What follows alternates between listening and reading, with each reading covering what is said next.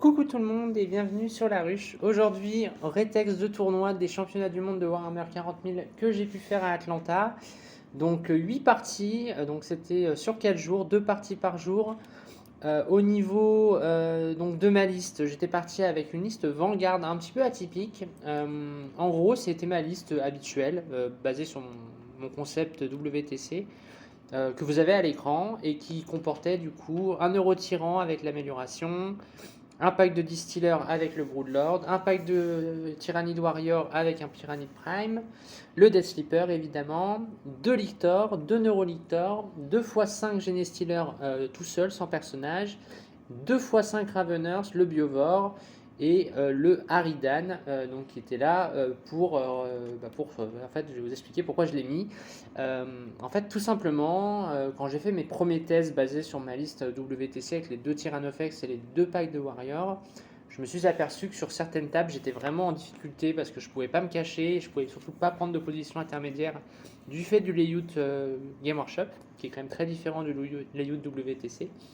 Et par conséquent, je me suis aperçu que sur certaines tables, c'était vraiment des matchs extrêmement compliqués. En plus, avec la faculté qui est offerte dans ce type de jeu-là, de bloquer les ruines et donc de rendre des unités inchargeables en se mettant à plus d'un pas des murs, ça rendait le Vanguard corps à corps assez compliqué à jouer du fait de la table et du fait de cette convention qui dit qu'on ne peut pas s'arrêter dans un mur. Donc après quelques tests avec ma liste habituelle, je me suis aperçu que ça marchait pas, c'était pas probablement pas le truc le plus ouf, mais j'avais envie de continuer en Vanguard et donc je me suis dit je vais jouer un Haridan parce qu'en fait j'ai la faculté d'arriver tour 1, donc ça me permet de taper très fort des unités en ligne de vue réelle, c'est-à-dire qu'il n'y a pas d'occultant avec un aircraft, c'est réellement ligne de vue réelle, donc les occultants marchent pas, et ce qui fait qu'effectivement ça rend sur ce type de layout l'unité extrêmement forte parce que l'adversaire ne peut pas tout cacher. Et vu que je tire à 48, je peux parfaitement prendre des losses, tirer sur des choses sans prendre trop de tirs en retour. Et donc c'était tout le pari de ma liste. Ça me rendait certains matchs extrêmement durs, parce qu'on a des armées dans la méta, notamment le Tau, des Inceptors, ce genre de choses qui tapent très fort dès que ça fait pas 3. Ça peut quand même assez facilement vous sauter le Haridan, qui est résistant, mais quand même pas extrêmement résistant non plus. En tout cas, clairement, si la personne a de quoi péter des véhicules à longue distance, ça peut sauter assez vite. Et donc voilà, j'avais fait ce pari en me disant ça m'améliore grandement certains match-ups, ça m'en rend certains qui étaient inaccessibles, comme le démon par exemple, jouables avec cette pièce-là. Et à l'inverse, certains matchs étaient de toute façon pourris et j'acceptais de perdre ces match-ups parce que de toute façon en solo on ne peut pas tout gérer. Donc c'était le pari initial de la liste.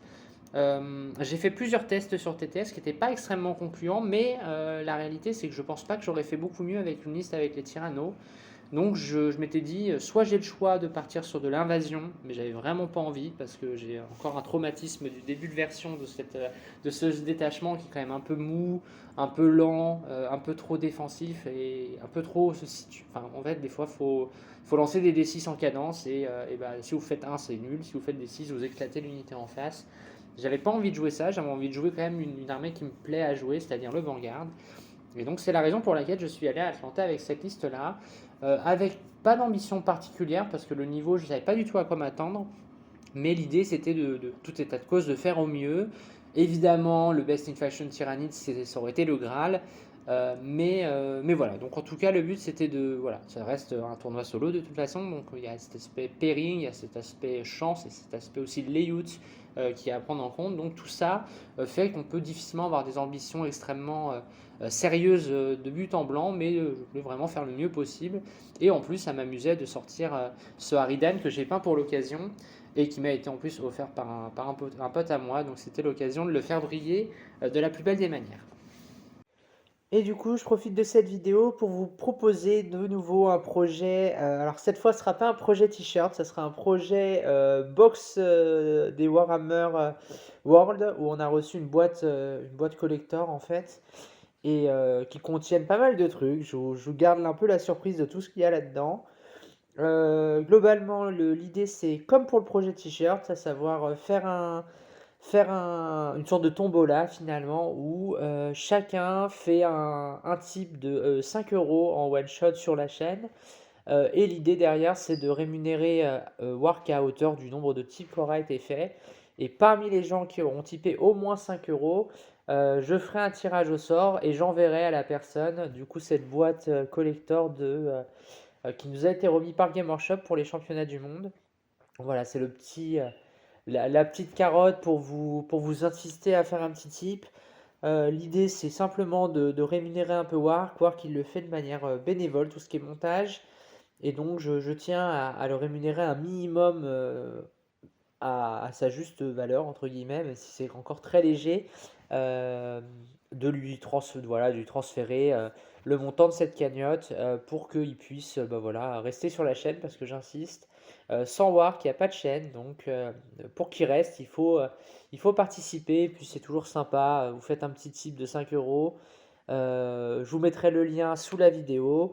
Vous faites un tip et derrière, moi, je ferai un petit tirage au sort et puis la personne qui remportera ce tirage au sort se verra envoyer la boîte collector des championnats du monde. Voilà, bah écoutez, je compte sur votre participation. Merci par avance et je vous dis à tout de suite pour la suite de la vidéo.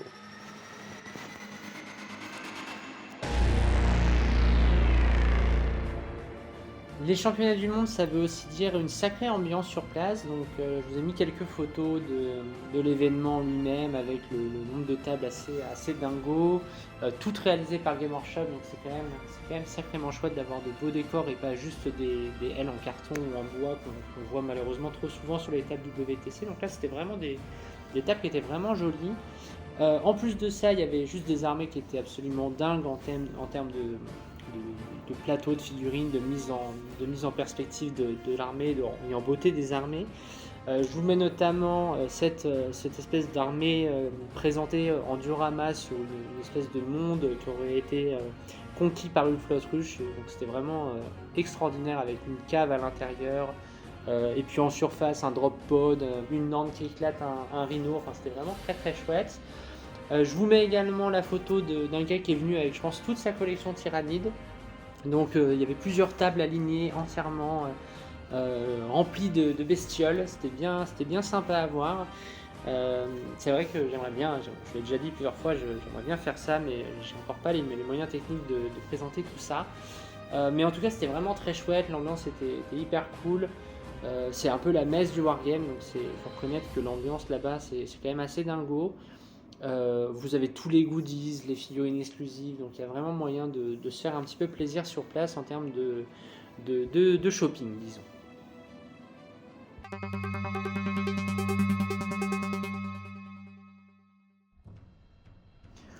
On attaque donc sur la première partie de ce tournoi où j'étais à Paris donc contre un joueur TS. Alors le Thousand Sun, match compliqué parce que c'est une armée qui est extrêmement tricky, la moindre erreur ne pardonne pas. Et donc je me suis dit qu'il fallait jouer vraiment au poil de fesse si j'ose dire. Donc la liste TS était relativement habituelle. Je l'ai plus en tête exactement, mais globalement c'était des packs de rubriques, une mutalite, Magnus et tout ça lidé par des personnages et un pack de cultistes et ensuite il y avait des escouades de Tsankor sur disque. Donc globalement une liste relativement standard pour ce qu'on a l'habitude d'affronter en TS aujourd'hui. Il a le premier tour, donc il commence la partie en jouant finalement assez défensif. Il n'a rien tenté au premier tour, il a fait ses actions, il s'est positionné un petit peu, vous le voyez sur les images, avec une unité avec sa mutalite prête à venir au centre, les cultistes au centre pour commencer à faire du scoring. Et il est attendu. Donc au tour 2, à mon tour 1, moi j'ai réagi en allant tuer un paquet de Tsankor et en allant tuer les cultistes, qui étaient des unités qu'il faut de toute façon tuer parce que sinon c'est embêtant. Et je fais arriver mon Harridan tout de suite. Et je décide de mettre tout sur le paquet de l'Infernal Master qui est Vega 2, qui est vraiment très chiant dans ce match-up. Et je tire avec mon Harridan et je mets tout. Et malheureusement, je ne tue que 4 rubriques, ce qui est quand même très très en dessous de la stat. Mais bon, c'est la vie, il a bien roll au niveau de ses sauvegardes, donc il s'en sort. On attaque le tour 2 où il décide d'avancer, toujours pas en fait, il stand-by un petit peu chez lui. Et là j'avoue que j'ai un peu d'incompréhension parce que je comprends pas pourquoi il fait ça. Il attend en fait, il bouge sa mutalite. Bon, il avance pour me tuer mes Steelers évidemment qui étaient venus faire de la contestation pour tuer son scoring. Donc ça va mourir de manière assez évidente. Mais il avance pas, donc il temporise encore une fois. Moi pendant ce temps-là je continue à mettre des spore mines un peu partout. Et mon Harridan va avancer vers le milieu de la largeur de table. Et il va continuer à tirer cette fois sur tout simplement les escouades de rubrique encore que je commence à affaiblir enfin un petit peu plus. Donc je pète une escouade ennemie de rubrique. Et on se retrouve dans la situation où en fait j'ai un pack de warriors que je suis obligé d'envoyer sur la mutalite parce que je sais que cette unité va être chiante à tuer et j'accepte d'envoyer mes warriors pour tuer la mutalite et j'ai encore mes stealers potentiellement pour tuer Magnus plus tard dans la partie. Donc je me dis de toute façon il faut y aller, donc j'y vais. Mes guerriers vont sur la mutalite avec le Death Sleeper, je la loupe à 1 PV et j'avais mis quelques tirs de Harridan dessus mais je n'arrive pas à faire suffisamment de dégâts pour la one shot. Mais ça sera pas dramatique parce qu'il va taper mais rien me faire. Et ensuite, on attaque son tour 3, et c'est là que la partie en fait part entre guillemets dans mon sens. Parce qu'en fait, ce qui va se passer, c'est que Magnus va être Battle Shock comme une grande partie de son armée. Donc il va pas pouvoir double move comme il voulait pour pouvoir prendre mes guerriers, les charger, etc.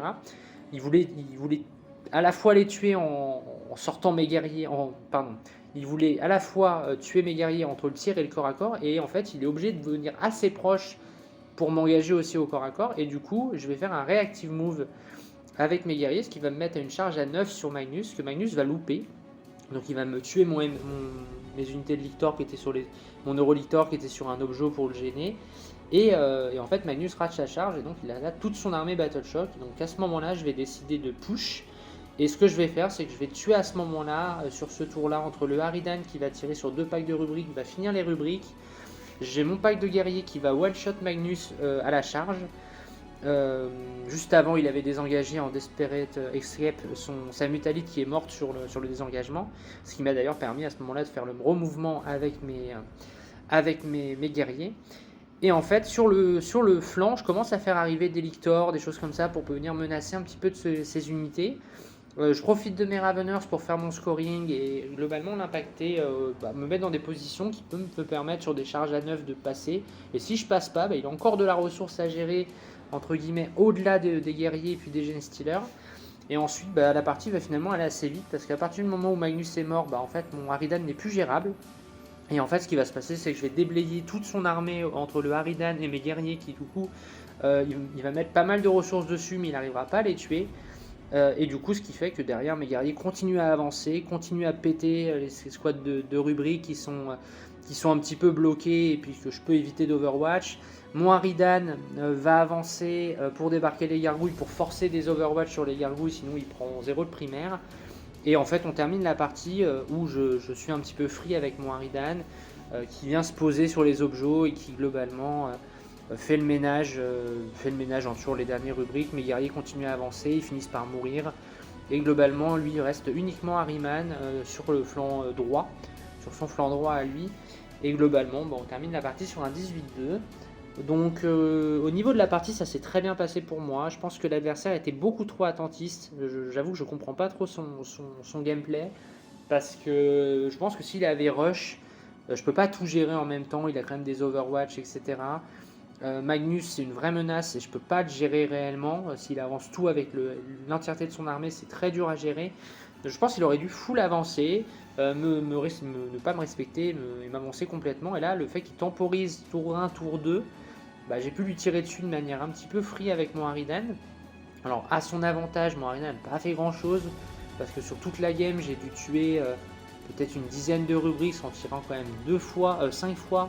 En splittant tout, donc normalement ça devait quand même craquer et ça a fini par faire le boulot que vers la fin. Mais en fait j'ai joué sans mes Gen Stealers qui sont restés sur mon objet sur toute la partie. On jouait sur Rituel aussi, donc ça m'a permis vraiment de sécuriser mon primaire avec très peu de ressources quand lui il était obligé d'être aussi un petit peu proche, qui me permettait de venir l'engager, etc. Donc ouais, j'ai pas trop compris pourquoi il avait préféré stand-by entre guillemets alors qu'il se faisait tirer dessus gratos, alors qu'en avançant il se serait fait tirer dessus pareil, sauf qu'il avait des options pour m'attaquer ensuite au tour d'après si j'arrivais pas à tout gérer. Bon, donc en tout cas, la partie se passe bien pour moi. Je termine cette partie donc sur un équivalent 18-2, donc je suis content. Je rentre dans le tournoi de la meilleure des manières contre un joueur TS de Heart of War en plus, donc a priori quelqu'un qui est bon, que je connais pas, je connais très peu les joueurs étrangers. Mais en tout cas, j'étais assez contente de mon coup et le Harridan, même s'il n'a pas fait des jets exceptionnels toute la partie, bah, le fait qu'il reste en vie toute la partie a quand même changé pas mal l'aspect létal, notamment au tir.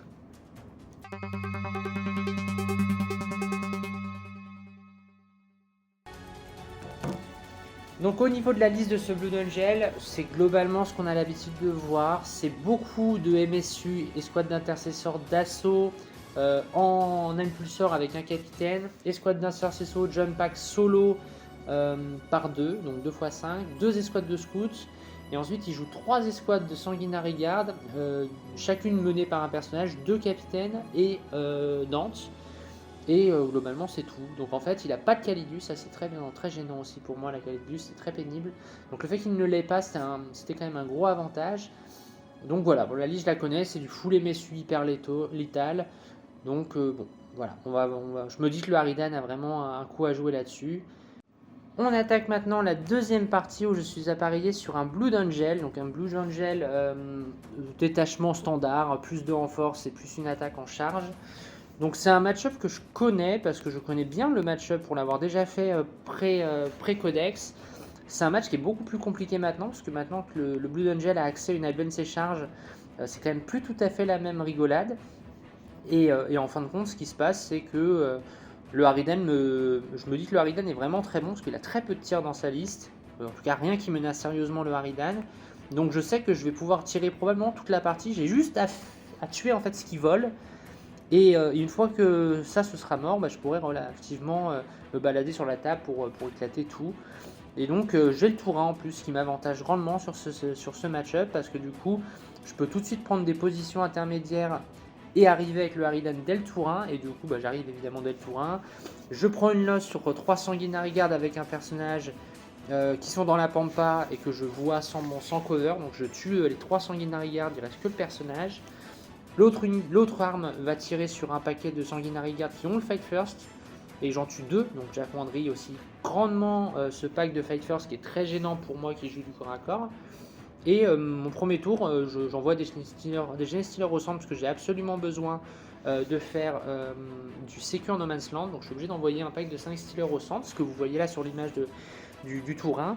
Et je me positionne avec mon Death Sleeper sur l'objectif en bas à droite pour entre guillemets forcer une charge assez lointaine. Et surtout je mets une Spore Mine à proximité du mur pour que mon adversaire ne puisse pas advance. Et ce qui fait que c'est une charge uniquement à 8 avec les Death Company sur le Death Sleeper. Ce qui l'oblige entre guillemets à claquer son PC et potentiellement en fait derrière j'ai mes guerriers qui attendent. Donc je me dis il me prend mon Death Sleeper mais derrière je lui prends son unité, c'est un petit peu gratos donc je le tente. On attaque le tour 2, donc le tour 2, son tour 1 lui, très simplement, il va avancer avec tout pour faire un YOLO. Il a bien compris qu'il faut surtout pas qu'il se fasse tirer dessus trop longtemps, sauf que moi j'ai 2 PC, parce que je vais pouvoir défausser un objet, et du coup je commencerai son tour à 2, et je vais évidemment Reactive Move, ce qui fait que je mets dans le vent une bonne partie de son agression, notamment le pack de Dante. Le pack de Death Company va louper la charge à 8, donc va rester derrière le mur. Et en fait, du coup, il se retrouve avec toute son infanterie qui est venue au centre pour tuer juste un pack de 5 Stealers. Et encore, il y en a un qui restera vivant. Et j'en parle tout de suite parce que sinon je vais oublier. Mais ce petit Genestealer vivant va finir par tuer le capitaine de l'escouade de Sanguinary Guard qui est morte sur le Harridan. Il avait perdu 3 PV sur son capitaine et donc il lui en restait que 2. Et ce brave Stealer va tuer un capitaine Blood Angel tout seul. Donc là encore bien cool pour ce petit Stealer. Donc on commence mon tour 2 et à ce moment-là je me dis bah là il m'a clairement rentré dedans, donc là il faut y aller. Et donc j'organise le fait de débarquer avec les gargouilles autour de mon Harridan qui s'est replacé pour empêcher, si jamais ça se passe mal, que le Harridan se fasse impacter au tour suivant trop fort, parce qu'en tout cas il devra mettre vraiment beaucoup de ressources et il y aura les gargouilles qui vont un petit peu l'embêter. Et je fais arriver charger mon pack de guerriers sur la Death Company, mon pack de 10 Genestealers sur Dante, mon pack de 5 Genestealers qui était resté derrière sur le paquet de 2 gars en Fight First. Et je vous donne globalement très rapidement ce qui va se passer. Je vais éclater le pack de Dante, je vais éclater les 2 Sanguinary Guard en Fight First que je vais tuer sans aucun problème. Et mes guerriers vont pas faire une très très bonne charge, ce qui fait que j'ai 2 guerriers qui peuvent pas taper à cause des rimpas du mur. Et je vais tuer, je crois, 8 Death Company quand même avec les guerriers, ce qui fait que j'amoindris sacrément le pack. Mais globalement, il a plus rien. Et évidemment, pendant ce temps-là, mon Harridan a affaibli le pack de Dante, a tiré sur le pack de Sanguinary Guard en Fight First pour l'affaiblir. Et globalement, je commence à impacter en gros son potentiel de létalité. Chose aussi importante à son tour 1, lui il a fait FEP en réserve strat une escouade de scouts qui ont fait locus chez moi. D'ailleurs, je me rends compte qu'il n'avait pas le droit parce qu'il ne pouvait pas FEP chez moi au tour 1. Mais bon, c'est pas grave, il a pu faire 4 points de locus à ce moment-là. Ce qui est très bien, c'est que du coup, moi, à mon tour 2, j'ai pu les lance-flammer avec le neurotyran et les tuer. Donc, il m'a donné en gros, pour prendre 4 points, il m'a donné un tir gratos de neurolictor, donc c'était de neurotyran, donc c'était plutôt ok. À ce moment-là, lui, sur son tour 2, il va se débarrasser des guerriers tyrannides qui vont fight on death sur le prime et tuer encore un autre Death Company. Et globalement, j'ai mis mon pack de Genestealer. Alors là, il va se passer quelques dingueries aussi. Il va charger avec 5 escouades d'assaut intercesseurs qui sortent du M+or. Il va se retrouver engagé avec à la fois le Broodlord et un Stealer qui était resté vivant. Et le Death Sleeper, et le Death Sleeper va taper, il va tuer 4 ou 5 assauts intercesseurs, donc là il perd vraiment pas mal le trade. En plus là à ce moment là j'ai évidemment Ombre dans le War parce que du coup tout était à portée de synapse, donc là il a eu un tour quasiment à blanc, et il perd en plus une escouade de quasiment de 5 marines sur son tour. Et après à partir de là la partie va aller assez vite en se déroulant. Parce que globalement ce qui va se passer c'est que le Harridan va être un petit peu free, il va passer derrière. Il va tuer les squads d'assaut qui étaient encore restantes. Je vais faire charger mes 5 Genestealers en haut à gauche le paquet de 5 intercesseurs. Donc je tue un pack de 5 intercesseurs avec mes Stealers et un Lictor qui avait Rapid Ingress. Je pète un autre pack de 5 intercesseurs d'assaut Jump Pack qui était derrière une ruine que j'ai pu attraper avec le Harridan. Et je finis de nettoyer globalement tout ce qui était au centre, sauf Méphiston qui est assez embêtant comme figurine. Et globalement, le tour 4 derrière va dérouler. Hein. Je vais littéralement tout nettoyer. Il est tablé, il n'en est pas tablé, il reste que Méphiston à la fin, qui est au centre de l'objectif. Il ne peut plus faire d'action, il ne peut plus faire grand chose. Il se retrouve un petit peu bloqué, même s'il avait bien scoré en termes de secondaire toute la partie. La réalité c'est que en fait, le Harridan a tiré toute la game sur des unités que je blessais à 2 en flat 3, donc le moins 1 dégâts des Death Company, je m'en fiche un peu. La Sanguinary Guard qui est extrêmement embêtante comme unité, j'ai pu la gérer de cette manière là. Et en plus de ça, il a eu quelques petits moves qui étaient un peu, je pense qu'il aurait pu mieux optimiser, ce qui m'ont permis de claquer mes mouvements réactifs de manière optimisée. Et résultat, je termine sur une grosse win là aussi.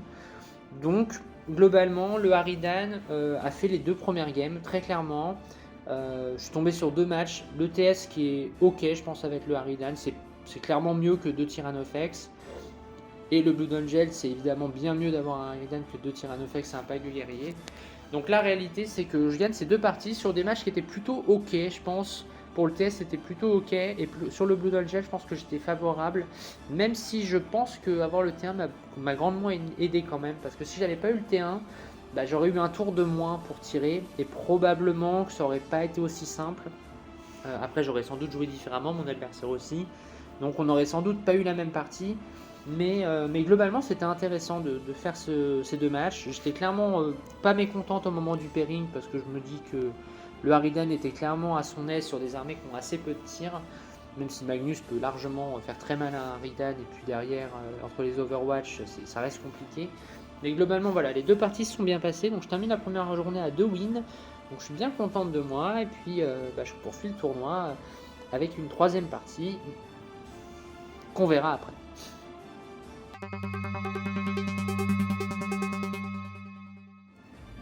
Et on se retrouve du coup pour la 2e journée, donc la 3e partie où j'étais à Paris contre un joueur Thousand Sun. Donc c'est une partie qui a eu lieu en live sur la chaîne de Heavy, donc FWS. Donc vous pourrez la retrouver en intégralité sur sa chaîne Twitch, pardon. Du coup, j'étais contre un TS qui jouait une liste relativement similaire à celle que j'ai affrontée en première ronde. Je sais pas trop ce qui changeait, mais il y avait 3 packs de 3 Sangor sur 10, il y avait Magnus, il y avait 4 escouades de rubrique avec des persos dedans, un paquet de cultistes, une mutalite et évidemment Magnus. Donc je connaissais la liste très bien du coup. Je jouais sur Inspired Leader et Scorchert, donc un scénario qui n'est pas forcément à mon avantage parce que l'ombre dans le Warp est quand même très peu efficace sur des Thousand Sun qui auraient un plus simple commandement quasiment permanent. Donc ça rendait le match-up assez compliqué pour ma part. Mon adversaire a le tour 1 et je le sais, mon adversaire de la première ronde lui a passé le mot en lui disant qu'il avait, qu'il avait temporisé un peu trop sans doute et qu'il fallait qu'il push. Et donc c'est ce qu'il a fait. Donc vous avez une image là dès le tour 1 où il sort avec tout, hein, sa mutalite tout de suite qui vient poser ses pieds sur un objet, des Tsangor qui viennent également sur l'objet, Magnus qui avance tout de suite, des cultistes qui font un rideau devant, avec les escouades de personnages planqués derrière. Et globalement, il me tue pas grand chose au premier tour, mais il se positionne agressivement. Moi, du coup, évidemment, à mon tour, je suis obligé de réagir. Donc, qu'est-ce que je fais ? Je vais sortir les cultistes. Je vais sortir les 3 mecs sur disque. Et je vais décider d'envoyer le Death Sleeper tout de suite au centre pour pouvoir mettre de la bulle de -1 au com en plus sur les rubriques avec le personnage lance-flamme à côté, qui était du coup à côté de Magnus. Et c'est de capitaliser sur le fait que Magnus étant un petit peu excentré d'une bonne partie de son armée, je puisse la Battle Shock un petit peu mieux. En plus, j'étais à proximité avec le Death Sleeper. Donc je tente l'ombre dans le Warp au tour 2. J'ai beaucoup de chance, il y a énormément de choses qui sont Battle Shock, donc il a très peu de points de cabale. Magnus est Battle Shock, donc il rate un test de commandement à 5, hein, en fait, tout simplement. Il fait 4 sur le jet, donc forcément, moi je suis bien content qu'il rate ça. Et donc il se retrouve avec un tour pas du tout aussi efficace qu'il le voudrait. Évidemment, moi j'ai fait arriver mon Aridan au tour 1 pour pouvoir tirer sur Magnus qui n'était pas en -1 dégâts. Je lui ai fait 9 PV, donc je l'ai quand même bien mis mid-life dès le premier tir, et ça c'était quand même pas mal. Derrière, il va être contraint lui de passer, du coup évidemment en -1 dégâts, et on se retrouve donc dans la photo du tour 2 où en gros Magnus avance au centre, puis après rebouge pour venir se mettre en fait à l'arrière de mes stealers qui étaient venus se mettre dans la ruine au centre.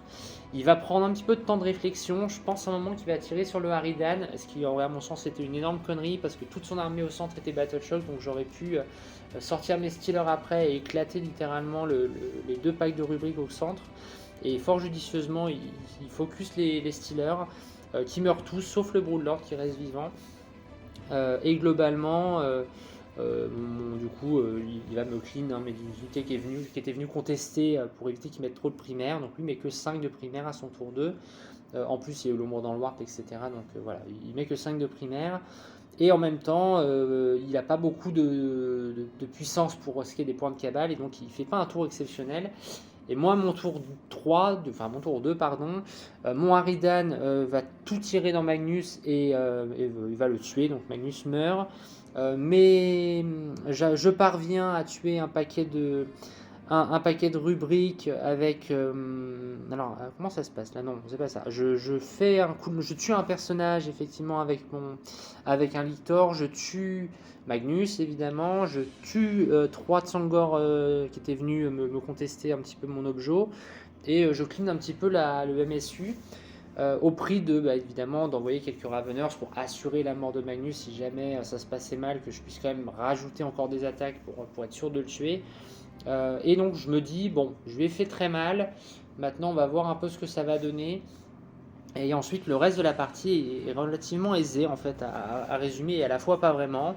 On s'est évidemment beaucoup épuisé. Moi j'ai un pack de guerriers qui se retrouve vraiment éloigné.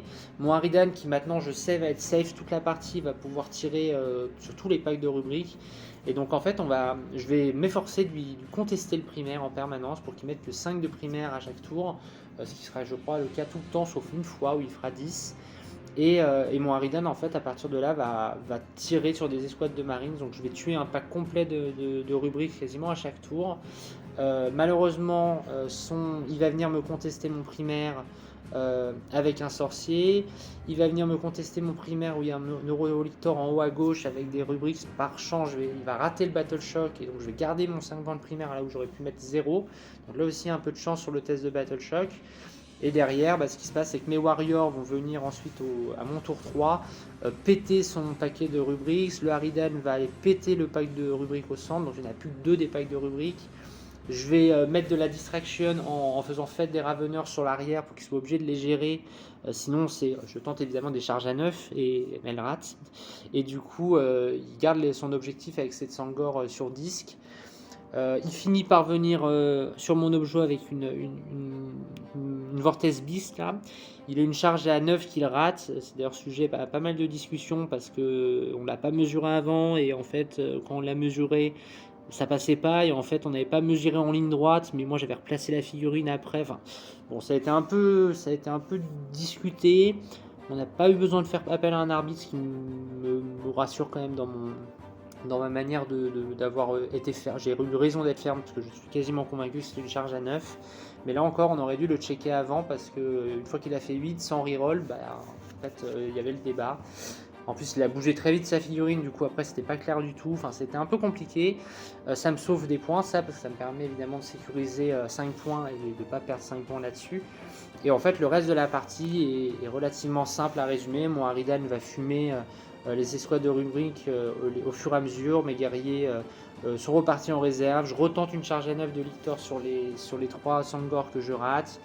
Et à partir de là, au tour 5, il me nettoie. Et alors là, il y a au tour 5. Alors je sais que quand j'attaque mon tour 5, je sais que j'ai gagné. Parce que j'ai juste à mettre un point pour passer devant. Et donc j'ai un Lictor qui va faire un containment dans sa zone, ça me fait 3 points. J'ai mes guerriers qui vont pouvoir mettre 5 points de primaire à la fin, donc je sais que je gagne à ce moment-là. Et donc je prends pas de risque, j'ai une charge à 4, je veux pas tenter de la reroll, donc je la save. Donc voilà, je vous la résume un peu rapidement cette partie parce que déjà c'est plus très clair pour moi, je me rappelle plus exactement tout ce qui s'est passé. Mais globalement, on termine sur je crois que j'ai 5 points d'avance, tout rond sur lui. Il me tue un personnage de manière assez éhontée aussi en faisant 3 des 3 dommages où il me tue en Neurolictor avec seulement 3 touches. Donc là aussi il y a eu un peu de dinguerie sur les gemmes et ça me coûte assez cher parce que ça m'empêche de brûler un objet et ça m'empêche de scorer 10 points de primaire à la fin. Donc il y a eu quelques petites déconvenues des deux côtés. Ça tombe du bon côté pour moi parce que je parviens quand même à faire à passer devant. Donc je suis bien content de cette victoire parce que c'était franchement vraiment pas évident sur le papier. Un Thousand Sun qui a le Tourin, qui ont inspiré le leader, c'est quand même extrêmement dur. Donc là j'ai eu pas mal de réussite sur l'ombre dans le warp et sur les tests de Battle Shock globalement en cours de partie. Mais c'était vraiment très chaud. Je pense qu'il a fait une erreur en mettant pas Magnus en moins 1 dégât au tour 1 parce que je pense pas que le plus de move était vraiment nécessaire. Et objectivement, s'il avait mis moins 1 dégât, je pense que j'aurais pas tiré avec le Harridan sur Magnus, ce qui fait que ça aurait rendu la mort de Magnus une fois qu'il était Battle Shock beaucoup plus compliqué et je pense que ça c'était une erreur. Donc voilà, le Harridan a été particulièrement en forme d'ailleurs sur cette game là, il a fait beaucoup en termes de cadence. Ce qui m'a permis notamment de clean les rubriques et les persos dedans, ce qui était quand même pas évident à la base. Voilà, je ne vous ai pas parlé de toutes les actions parce que je me rappelle pas de tout, mais voilà, il y a un Broodlord qui rebondit un petit peu sur un perso qui se fait tuer. Voilà, je prends pas de risque en fait. À partir du coup tour 4, je fais juste un deny de primaire. Je sais que j'aurai l'opportunité, je pense, de mettre 15 à la fin. Il se trouve que je mettrai que 5, mais ça m'a permis de faire en gros le différentiel en le cloisonnant lui. À assez peu de primaires en cours de partie. Donc victoire, donc je suis à 3 wins sur 3 et donc je m'apprête à jouer donc une finale de poule entre guillemets et je vous débriefe ça tout de suite.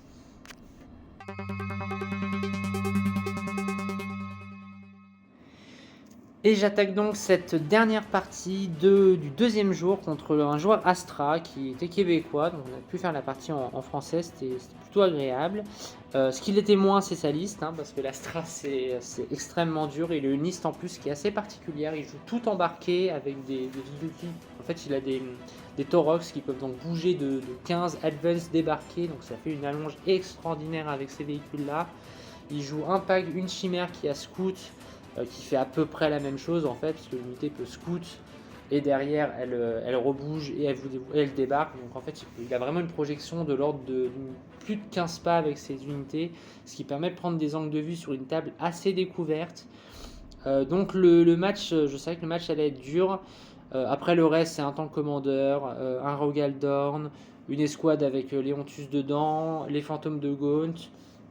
Et qu'est-ce que j'oublie? Évidemment, les escouades de Sion, hein, qui étaient dans les Torox. Et je crois qu'il y avait à peu près les 2 sentinelles, voilà, c'est ça. Donc je sais que le match va être extrêmement dur parce que l'Astra c'est extrêmement difficile.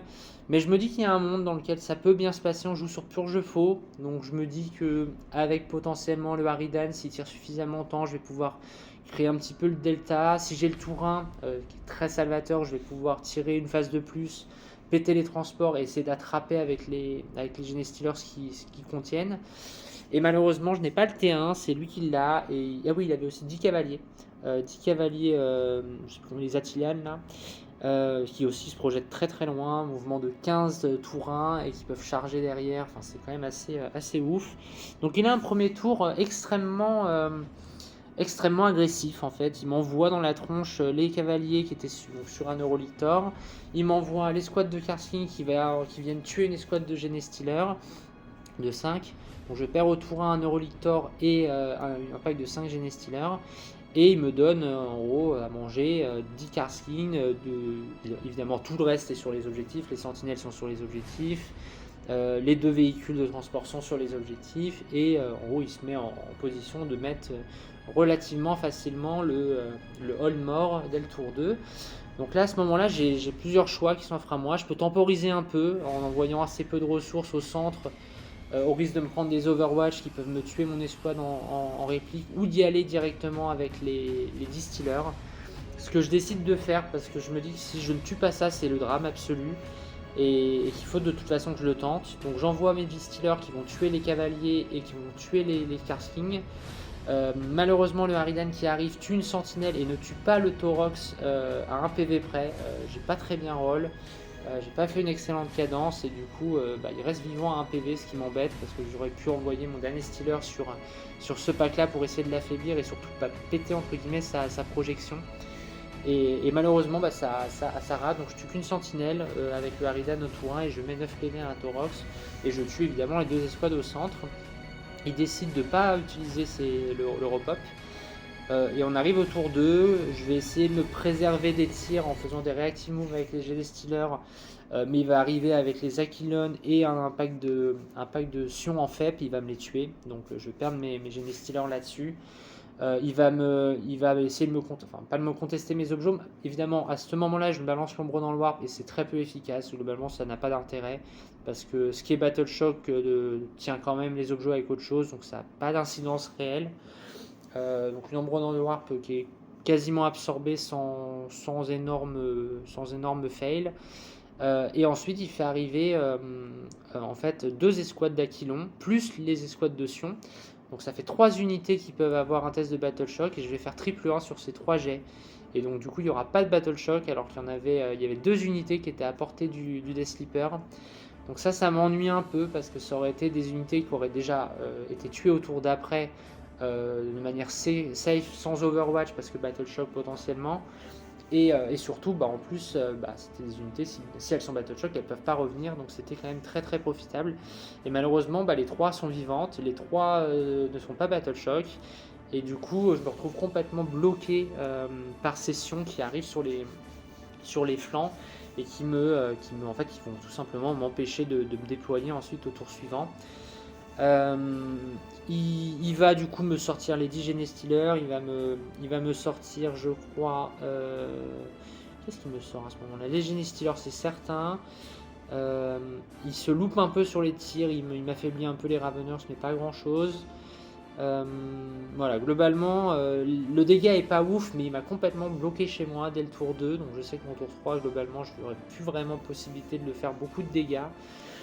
Et voilà, et en fait j'attaque mon tour 2, j'essaye avec 2 PC de Battle Shock une première fois, un pack d'Aquilon qui a apporté du Death Sleeper pour réussir à potentiellement le désactiver le repop et de faire la même chose ensuite au clos sur l'autre unité qui a apporté du Death Sleeper, et malheureusement il y en a une des deux qui va rester vive en non Battle Shock, et donc je vais tuer les deux, mais par contre il y en a une des deux qui reviendra au tour d'après à nouveau pour me recloisonner complètement la zone. Donc en gros on joue sur purge faux, donc je vais jouer que sur mon objet parce que je suis complètement bloqué, je peux rien faire.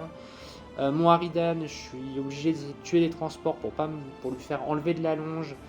Et malheureusement, je vais tuer que un Taurox à 1 PV, je vais rater la chimère pareil, elle prend plus 6 PV. Donc là aussi, le Harridan n'a pas fait des dingueries malgré le fait qu'il baisse à 2 ces véhicules-là. Et à partir de là, je sais que c'est plié. Donc la partie, globalement, on joue sur purge faux. Donc je fais un kill et un hold à tous les tours. Je fais quelques petits secondaires, notamment un sabotage à 6 dans sa zone, que j'arrive à faire avec des gargouilles qui coordonnent un Lictor à plus de 6 pas derrière. Mais globalement, je survis, il n'y a pas de dinguerie. Lui, il maîtrise sa partie, il sait qu'il gagne dès le tour 3, il sait que je ne pourrai jamais remonter. Donc la partie est très, très sympa parce qu'il n'y a plus aucun enjeu pour moi. Donc je perds assez lourdement cette partie, je ne peux pas faire grand chose. Il m'a complètement coordonné avec ses Aquilons, j'ai raté il a réussi beaucoup de tests de Battle Shock. Évidemment il me tombe le Harridan après en mettant les 2 tanks dessus, il finit par me tomber le Harridan. Donc je sais que derrière c'est terminé, j'ai plus de létalité à distance, et donc du coup c'est plus ou moins terminé pour ça. J'ai un Overwatch un peu sympa d'un Eurolictor sur un pack de Sion que je crame, et donc, je crois qu'on crame 8 sur plus un mec qui avait débarqué, qui était mort. Je laisse un paquet de Sion à 1 PV, ce qui permettrait à un Lictor plus tard de venir faire Assassinat et Storm sur cette unité là. Donc voilà, bon, il y a quelques petits trucs sympas qui se passent, mais on joue sur purge faux quand votre adversaire met 50 de primaire dès le tour 3 ou 4 quoi, globalement. La partie est pliée. Donc je me fais éclater, j'ai pas de regrets sur cette partie, alors ça me fait louper évidemment le top 16. Malheureusement, j'ai pas de regrets, je pouvais pas faire grand chose. Peut-être qu'avec l'initiative ça aurait pu être un peu différent. Si j'avais pu affaiblir suffisamment les Taurox, avoir une phase de plus avec mon Harridan, surtout qu'il avait mis un dans le commandeur en FEP. Donc avec juste finalement en me mettant un petit peu en long range du Royal Dorn, j'aurais pu sans doute tirer un tour de plus. Et donc potentiellement avoir vraiment encore 2 autres phases de tir optimisées avec le Harridan, ce qui aurait été quand même nettement meilleur. Et surtout j'aurais pu profiter de mes scouts qui auraient pu clairement me donner un peu d'allonge et un peu d'espace. Là où en fait je me suis retrouvé complètement acculé dès le début. Mettre des unités plus proches dans la partie, ça n'aurait pas servi à grand chose, elle serait morte sur sa projection et il ne se serait pas passé grand chose non plus.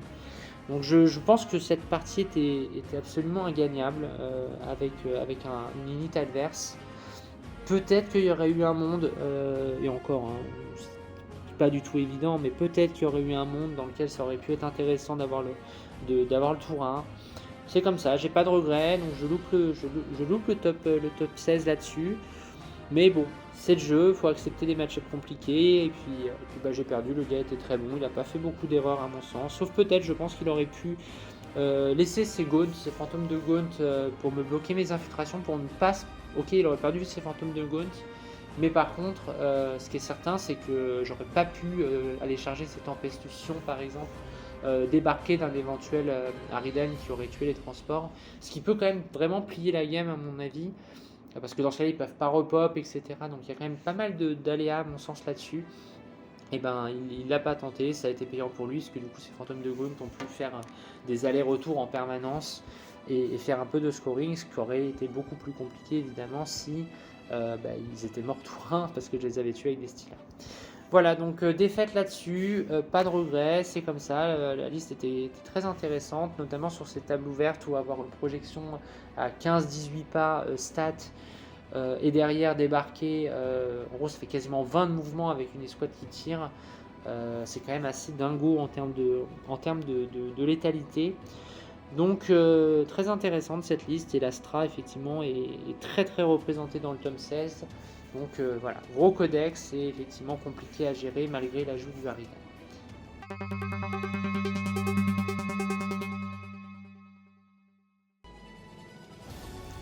Cinquième partie, je suis appareillé contre un joueur Dark Angel, un américain, qui joue une liste Dark Angel assez redoutable. Il joue 3 packs de Terminator Deathwing, un répulseur exécutionneur, Azrael avec 5 Space Marines d'assaut, 2 x 5 scouts, 2 Redemptor qui tirent, les Ballistus, voilà, 2 Ballistus, 2 Vindicators et une escouade de 5 Infiltrators. Donc la liste est quand même extrêmement bulky avec 15 Terminators et quand même 5 châssis, donc c'est quand même assez impressionnant ce que le Marines rentre encore aujourd'hui en une liste. Donc je suis assez inquiète sur le match-up parce qu'il a clairement tout ce qu'il faut pour m'embêter. J'ai pas 3 unités de corps à corps qui peuvent affronter ces 3 packs de Terminator. Le Harridan risque de mourir assez vite puisque l'antichar est quand même présent en nombre avec les Ballistus et l'exécutionneur notamment. Donc la partie s'annonce compliquée. On joue sur un scénario Burden Trust, donc un peu chelou au niveau des scorings, mais la mécanique est toujours la même, il faut rester sur les objets et essayer de capitaliser en restant dessus. Donc on commence la partie comme ça, je me déploie relativement caché parce qu'il n'y a pas énormément de projections, donc je me cache, je mets Melonop sur les différents objectifs pour l'obliger un petit peu à avancer vers moi. J'ai le tour 1, je fais arriver mon Harridan et je prends des lignes de vue sur les escouades de Terminator et je split les tirs sur les 2 escouades. L'escouade qui est en bas, au niveau de la ruine au centre, qui est complètement dans la pampa, et l'autre escouade qui est en haut à côté du Dreadnought. Je split pour éviter si une armée of contempt est utilisée, au moins tous mes tirs ne sont pas gâchés un petit peu sur cette armée of contempt. Donc en dispersant un petit peu tout, ça m'assure entre guillemets plus de value. Et j'ai un peu de chance parce que je fais 12 tirs, donc mon adversaire ne fait pas AOC, donc ça m'étonne quand même pas mal. Et je fais 12 tirs avec, donc je fais un total de 26 tirs, donc 13 tirs dans chaque escouade de Terminator. Et je roll pas très bien à la touche et pas très bien à la blesse, et en définitive il ne perd que je crois 2 Terminators en haut et un seul est blessé en bas, donc c'est quand même très moyen comme jet, malgré les bons jets que j'avais fait initialement. Et ensuite je prépare une charge avec 5 Genestealers que j'avais avancé en scout sur ces Terminators là, parce que je m'étais dit s'il a AOC au tir, il l'aura plus au corps à corps, et vu que je peux affaiblir un petit peu ce pack, si je peux réussir à retirer, mon ambition c'est de retirer entre 3 et 4 Terminators au tour 1, il se trouve que j'en ai tué qu'un au tir, donc je sais que j'en tuerai pas davantage. Donc je me dis de toute façon que ces Genestealers n'ont pas une grande value dans le match, pour une raison simple, c'est qu'ils sont très inefficaces sur les véhicules, et sur les Terminators c'est la meilleure cible, donc tant qu'à faire autant les envoyer tout de suite sur ce pack là. Donc je vais tuer un autre Terminator de plus, ce qui fait que le pack en haut à droite est affaibli, il a perdu 2 thermis seulement, et l'autre en a perdu 2 également. Donc on est sur 4 thermis tués globalement au premier tour. Et j'ai eu l'opportunité d'ailleurs au tour 1 avec une très belle advance distiller de potentiellement foncer avec ces distillers pour soit péter le répulsor, soit aller directement sur Azrael. J'y ai pensé parce que je me suis dit que retirer les PC ça serait intéressant, mais ça voulait dire utiliser mes 10 Genestealers pour finalement tenter un gamble. C'était de la blesse à 4 sur les Terminators. Sur le répulsor, ça voulait dire qu'il pouvait mettre un smoke, donc l'efficacité était quand même très inexistante. Et c'était un gamble que j'étais pas prête à prendre en ce début de partie parce que je voulais quand même jouer la game jusqu'au bout. Et je voulais pas entre guillemets tenter un YOLO, donc j'ai préféré patienter, et je pense que c'était judicieux parce que je me serais probablement éclaté sur un peu tout, les Terminators m'auraient fumé, et après j'aurais manqué de ressources et mon adversaire jouant en deuxième, il y aurait quand même une certaine, j'aurais sans doute eu du mal à conserver mon empreinte sur la table. Donc son tour 1 à lui, Et ah oui, et je crame aussi 5 scouts qui étaient positionnés au centre pour faire un rideau à mes Genestealers, et eux sont cramés par le Neurolictor, donc ça c'est plutôt cool. Son tour 1 à lui, il est très simple. Il avance ses Terminators. Moi j'ai mis une Spore Mine aussi en haut à gauche pour éviter de me faire charger mes Neurolictors sur une Advance et charge. Donc il va me charger à son tour 1 avec les Terminators, ma Spore Mine qui va exploser, faire une mortelle. Il va ensuite donc prendre place sur l'objectif pour non contester. Il me laisse l'objectif au centre. Avec le Death Sleeper, et il vient contester et il vient poser avec son escouade de Terminator en bas à droite. Il vient poser ses fesses sur cet objectif en bas pour préparer tout simplement son tour suivant. Et il tire évidemment sur le Harridan et il le met à 19 PV perdus, donc le Harridan n'est plus qu'à 11 PV. Donc je sais qu'il ne tirera pas une deuxième fois. Je fais attention de ne pas rentrer à mon tour 2 dans les 24 pas du répulsor, parce qu'évidemment c'est le HOTS, donc si j'accepte de me faire tirer sur un Overwatch, il y a de grandes chances que le Harridan soit au mieux en dégressif et possiblement mort, donc ça me gênait pas mal. Donc j'avance jusqu'à 24, par contre ça veut dire que s'il explose, mes guerriers sont dans la zone, je n'ai pas d'autre position pour mes guerriers à cet endroit-là. Et du coup, je balance l'ombre dans le noir tout de suite parce que j'ai envie de lui faire mal tout de suite au maximum. Et ça marche plutôt pas mal. Mon ombre dans le noir peut le battle shock beaucoup. Il est battle shock sur mon objet en haut, donc non, il n'est pas battle shock sur mon objet en haut, donc je perds cet objet-là. Par contre, j'ai bien mes 8 points du scénario parce que je suis avec le Death Sleeper sur l'objectif. Et du coup, il rate son battle shock avec les Terminators du bas, et ce qui fait que je peux venir me mettre sur l'objectif moi-même et faire un cleanse dessus. Donc j'arrive à faire 2 cleanses à ce tour-ci facilement. Je fais arriver les gargouilles parce qu'il y a un Terminator à 1 PV que j'aimerais bien essayer de tuer. Donc je fais arriver mes gargouilles et je tue ce Terminator, et derrière en fait je décide de mettre des Stealers en fait pour derrière charger. Et là il fait Rapid Ingress, une escouade de 5 Terminators juste derrière, et qui du coup m'empêche de venir charger ces Terminators, parce que sinon je me prends une inter-héroïque du pack de derrière et je me retrouve entre guillemets avec le risque d'avoir des Terminators qui viennent me contester mon objet et me désactiver mon cleanse. Donc ça m'ennuie, donc je décide de ne pas charger avec mes 5 Stealers derrière, et de garder mon scoring tout simplement. Et là je vais tirer avec le Harridan, parce que là finalement les packs sur lesquels je veux tirer son Battle Shock, et à ce moment là je décide de mettre une arme complète sur les scouts pour lui enlever son scoring, et malheureusement je vais en tuer que 3, donc là je roll extrêmement mal, j'ai fait 1 de cadence que je relance pas à ce moment de la partie parce que je me dis que c'est pas très grave, mais j'aurais dû probablement le relancer, vous verrez pour la suite. Et je rate ces scouts, voilà, je fais 8 tirs, je crois que je fais 4 touches seulement sur 8 tirs, et je blesse à 3, et je blesse à 2, pardon, et je fais 2-1, donc en plus même une reroll me sert pas à grand chose, donc malheureusement je meurs, je meurs, mon Harridan ne tue pas ses scouts, et et là je pense aussi une petite erreur à mon avis, je tire avec l'autre arme sur le pack de Terminator qui est Battle Shock, les 3 du bas, et je crois que je fais un Terminator, donc là c'est très nul parce que finalement un Terminator avec le Harridan et 3 scouts, en gros ça sert quasiment à rien, et surtout je sais que ce flanc là va être compliqué à prendre, et donc j'aurais, je pense, mieux fait de tirer sur le répulsor qui était Battle Shock pour profiter du plus simplesse possible, et surtout derrière de pouvoir le blesser facilement en le touchant, en le blessant, en faisant faire des saves à 6, ce qui aurait probablement été bien mieux. Et malheureusement, donc je fais pas grand chose avec le Harridan, et je termine mon tour là-dessus. Du coup, l'avantage c'est que lui, à son tour, il fait pas grand chose, il score pas de primaire parce que je l'ai repoussé et je l'ai battle shock, donc il a pas grand chose. Et globalement, il se positionne lui sur les objectifs. Il va venir me charger mon Neurolictor sur l'objet et me le tuer, ça m'ennuie un peu, mais il me tue mon Neurolictor avec 2 thermies, alors qu'ils ont moins 1 touche.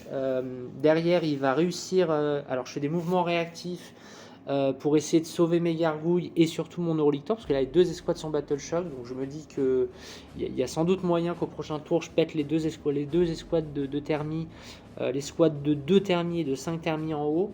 Donc je veux absolument préserver mon Neurolictor pour le plus simplesse, donc je claque 2 CP, je fais partir mes gargouilles et je fais partir mon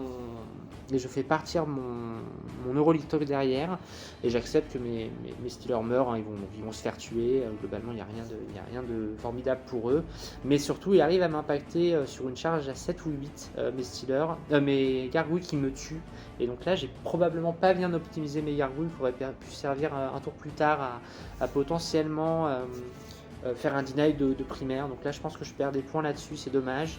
Après, charge à 8, il l'a tenté, il a réussi sans reroll puisqu'il était Battle Shock, et il me sort quand même toutes les gargouilles. Alors évidemment le pack de 5 c'était plus facile. Donc voilà, et il me tue évidemment le Harridan qui n'explose pas avec ses tirs. Donc là je me dis que bon, le Harridan n'a pas fait grand chose dans la partie. Il a tué en tout et pour tout 3 scouts et 4 thermies je crois, ce qui est quand même pas fameux. Et là par contre du coup je me dis qu'il faut y aller, donc j'envoie mes Steelers sur les deux, donc au tour 3, hein, j'envoie donc mes Steelers en haut à gauche pour cleaner ces 5 Silith Terminator qui sont venus sur mon objo. J'envoie le Death Sleeper sur le Vindicator, et je tente une advance avec mes Warriors. J'ai une charge je crois, il me faut une bonne advance, je crois que je suis à un peu moins de... Il me semble que je suis à 19 de ces Terminators avec mes guerriers. Et je vais faire As sur ma première advance, je vais la reroll, je vais faire 2, et du coup c'est trop court pour espérer attraper ces Terminators là. Donc je stand-by avec mes guerriers. Je place des Spore Mines pour éviter de me faire choper en loss par le Vindicator. Et globalement j'attends.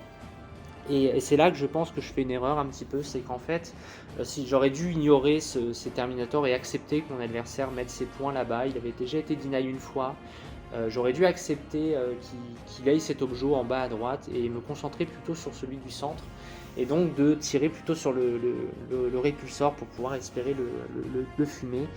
Et malheureusement, ah oui, il m'a tué mon Neurolictor aussi au tour 2. Bon, mettons la plupart des... Une fois que le Harridan était mort, il a mis ses tirs dessus, il l'a tué. Mais nombre dans le warp étant passé, j'étais relativement... j'avais plus spécialement besoin de ce neuro tirant. La grosse bagarre en haut se passe pas si bien que ça. J'ai mis beaucoup de ressources, hein. J'ai mis 3 Raveners, 1 Lictor, 1 Neurolictor et 10 Steelers, et je tue seulement 4 Terminators je crois, 4 ou 5, je me rappelle plus. En tout cas il reste un pack avec 5 thermies, et c'est chiant parce que c'est des mecs qui vont me taper, qui vont potentiellement pouvoir se désengager et revenir charger après. Alors ça sera sans gravité parce que derrière il n'arrivera pas à me tuer suffisamment, et donc je garderai toujours mon objet en haut. Donc en fait le trade est quand même positif pour moi parce que j'arrive à cercueil ces Terminators, il a été fait désengager, il peut pas vraiment recharger parce qu'il sait qu'il va crever. Donc globalement la résistance de ces deux Terminators n'est pas structurante pour la partie, mais bon, mes Steelers sont entre guillemets un petit peu bloqués par ces deux thermis. Je les clean pas tous, mais j'avais mis vraiment beaucoup de ressources. Et du coup, ce qui va se passer, c'est que mon Death Sleeper va décider de mettre 8 PV au Vindicator. Donc ça, c'était plutôt bienvenu. Donc ça, c'était cool, parce que du coup, le Vindicator se retrouve en dégressif et relativement bien affecté, entre guillemets, par le Death Sleeper. Et ensuite, le reste de la partie est relativement simple. Il consolide son objet en bas à droite à partir de son tour 3. Là, je peux plus Battle Shock, il a toutes les ressources qu'il veut sur cet objet-là. Il avance son Répulsor Executioner au centre pour venir faire du primaire, me tue mon Death Sleeper. Il me tue les Raveners, il me tue 2 Raveners avec le Vindicator. Il me tue le Lictor qui était venu. Et globalement, il ne se passe pas grand chose de plus là-haut. Je vais garder l'objectif, lui va garder celui du bas. Et ensuite, je vais essayer à partir du tour 3, du coup, ça va être ça, tour 3. Je sors mes guerriers pour aller attraper le répulsor qui a avancé. Et je tente un truc, en fait, je me dis, alors, mes Steelers vont tuer les 2 derniers Terminators et le Vindicator qui se trouve en haut. Et je me dis qu'il y a un monde dans lequel, en mettant mon Lictor que j'ai fait Wrapping Grace au tour d'avant, plus des Raveners, plus des guerriers, Si j'arrive à Battle Shock le répulsor, sachant que j'ai un PC à ce moment-là que je compte utiliser, donc j'ai une charge je crois à 5 ou 6 avec mes guerriers. Et je me dis, bah, je charge, et une fois que j'ai chargé, je tente le Battle Shock. S'il passe, il y a une chance que je tue le répulsor, et dans ce cas, ça me mettrait quand même assez bien. Et malheureusement, je vais refaire une double 1 sur ma charge qui m'oblige à la reroll. Elle va passer tout juste, et du coup, j'aurai même pas tous mes guerriers qui pourront taper. Et malgré un bon roll que je fais, je descends le répulsor à 7 PV, et du coup, je le baisse à 6. Hein. Je le descends à 7 PV quand même, mais malheureusement, c'est pas suffisant pour le tuer. Et derrière, bah, lui, il va faire arriver Azrael, il va me tirer dessus évidemment encore à corps, il va me fumer tout ça, sauf le Tyrannide Prime et les 3 Raveners qu'il ignore. Et il consolide évidemment son objet chez lui, ainsi que l'objet en bas à droite que je ne reverrai plus, hein, très clairement. Moi j'ai fait renvoyer mon Raveners tout seul qui avait survécu en espérant pouvoir choper un Behind ou un Locust en fin de partie. Et globalement, bah, voilà, en gros, il se passe ça. C'est qu'au à la fin de mon tour 4, j'ai rebondi sur le répulsor. Lui va me cleaner complètement tout ce qui est au centre, comme je vous l'ai dit. Et ensuite, bah, on passe à mon tour 5. Mon tour 5, ça va être simple. Je vais préserver mes Genestealers en haut à gauche en les mettant cachés et une Spore Mine pour empêcher une advance pour que je sois sûr de garder mon objet à la fin de la partie, pour assurer mes 8 points de secondaire. Mon adversaire se met Turtle sur tous les objets et je tente un move qui peut m'offrir la game malgré tout parce que il garde Défend et en fait je vais désengager avec les Raveners, désengager avec le Prime et je vais essayer d'aller attraper les Infiltrators. Il va faire un redéploiement pour Floor Abuse en fait, pour empêcher que je puisse me placer avec mes gros socles. Et mon Tyrannide Prime va rater cette charge, qui était devenue une charge très compliquée. Les Raveners vont réussir, mais mais pas très bien. Je vais réussir à faire taper 2 Raveners qui tueront 2 infiltrateurs. Et malheureusement, du coup, ça me permet pas. Je l'oblige à faire un test de Battle Shock, il réussit. Et du coup, je n'arrive pas à lui désactiver son Défense Stronghold. Et du coup, par contre, j'ai quand même un bon tirage de secondaire en fin de partie. Je fais Behind et donc je fais revenir. Donc j'ai à la fois les Tyrannide Prime plus les Raveners qui sont chez lui. Et je fais également arriver en FEP le Raveners qui était tout seul, qui avait survécu pour pouvoir faire Locus. Donc je fais quand même un dernier tour à 8 points. Globalement, on se tient littéralement au primaire parce qu'en fait, il ne score pas les bonus de garder un objectif au tour 5.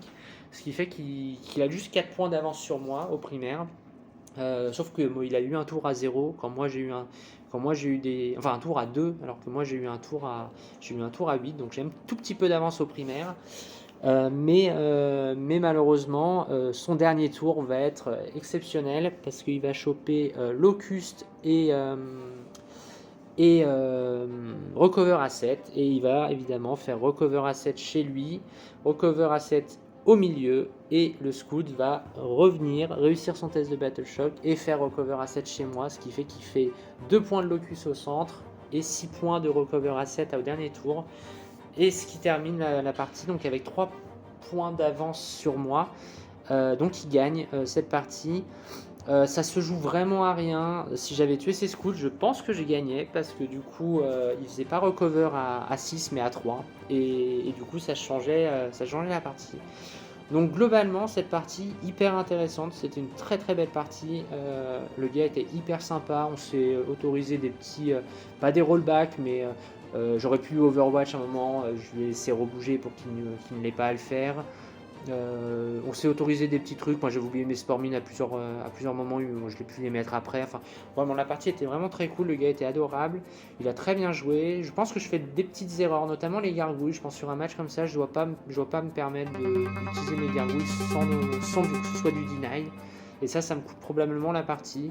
Après, le Harridan qui du coup rebondit un peu. Je pense que j'ai manqué un peu de réussite quand même sur les. Alors j'ai eu une très bonne cadence, mais ça a été très fortement compensé par les jets derrière. Et probablement un mauvais ciblage sur le tour 2 où j'aurais dû pas tirer sur les thermis, où c'était certain que ces trois thermis allaient plus être réellement impactants. J'aurais mieux fait de me contenter de fumer ou faire le maximum de dégâts au répulsor pour que derrière je puisse quand même venir l'attaquer et lui faire assez de dégâts. Donc la partie voilà, se joue à pas grand chose. J'ai le T1 ce qui m'avantage. clairement sur ce scénario-là. Mais le DA, ça reste velu, ça reste compliqué. J'aurais peut-être dû assurer, ouais, tirer tout directement sur le répulsor pour espérer que derrière je puisse jouer un petit peu plus sur les losses et espérer que ce répulsor ne fasse pas si mal que ça parce qu'il a quand même fait vraiment très mal. Peut-être que j'aurais dû tout mettre dessus et essayer de le tomber et espérer une fois l'avoir tombé ou en tout cas l'avoir suffisamment affaibli pour que mes guerriers puissent s'en occuper plus tard. Donc là, peut-être des petites erreurs qui, quand on perd de 3 points, se retrouvent sur la partie. Mais en tout cas, c'était vraiment une très chouette partie. Et j'ai essayé de vous la présenter au mieux. Donc c'était un peu plus long. Mais toutes les actions étaient hyper intéressantes et c'était vraiment une chouette partie.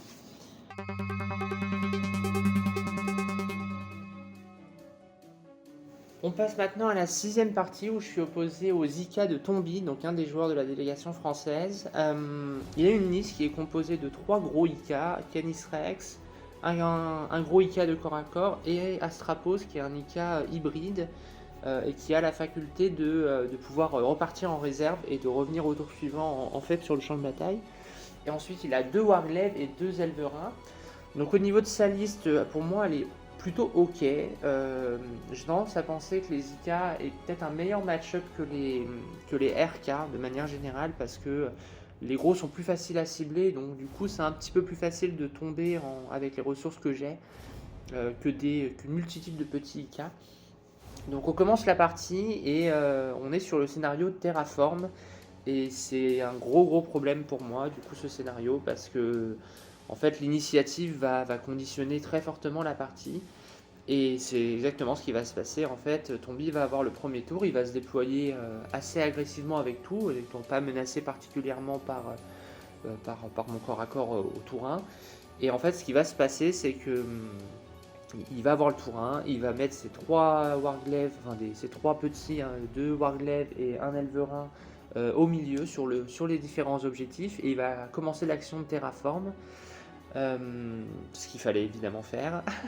Et moi, du coup, ce que je vais faire, c'est que je vais réagir en envoyant un paquet de Stealers sur un pack, le Death Sleeper sur l'autre, et 5 Stealers ainsi qu'un Eurolictor sur celui du centre, avec l'objectif, dans mon plan, de le Battle Shock avec l'ombre dans le Warp et de désactiver ses actions. Sauf qu'en fait, ça va pas marcher parce qu'en fait le scénario fonctionne pas comme ça. Il aurait fallu que je reprenne les objets dès mon tour 1 et en fait ça fonctionne pas, mon plan de base fonctionne mal, donc je vous explique après ce qu'il aurait mieux fallu faire parce que l'explication va aller assez vite.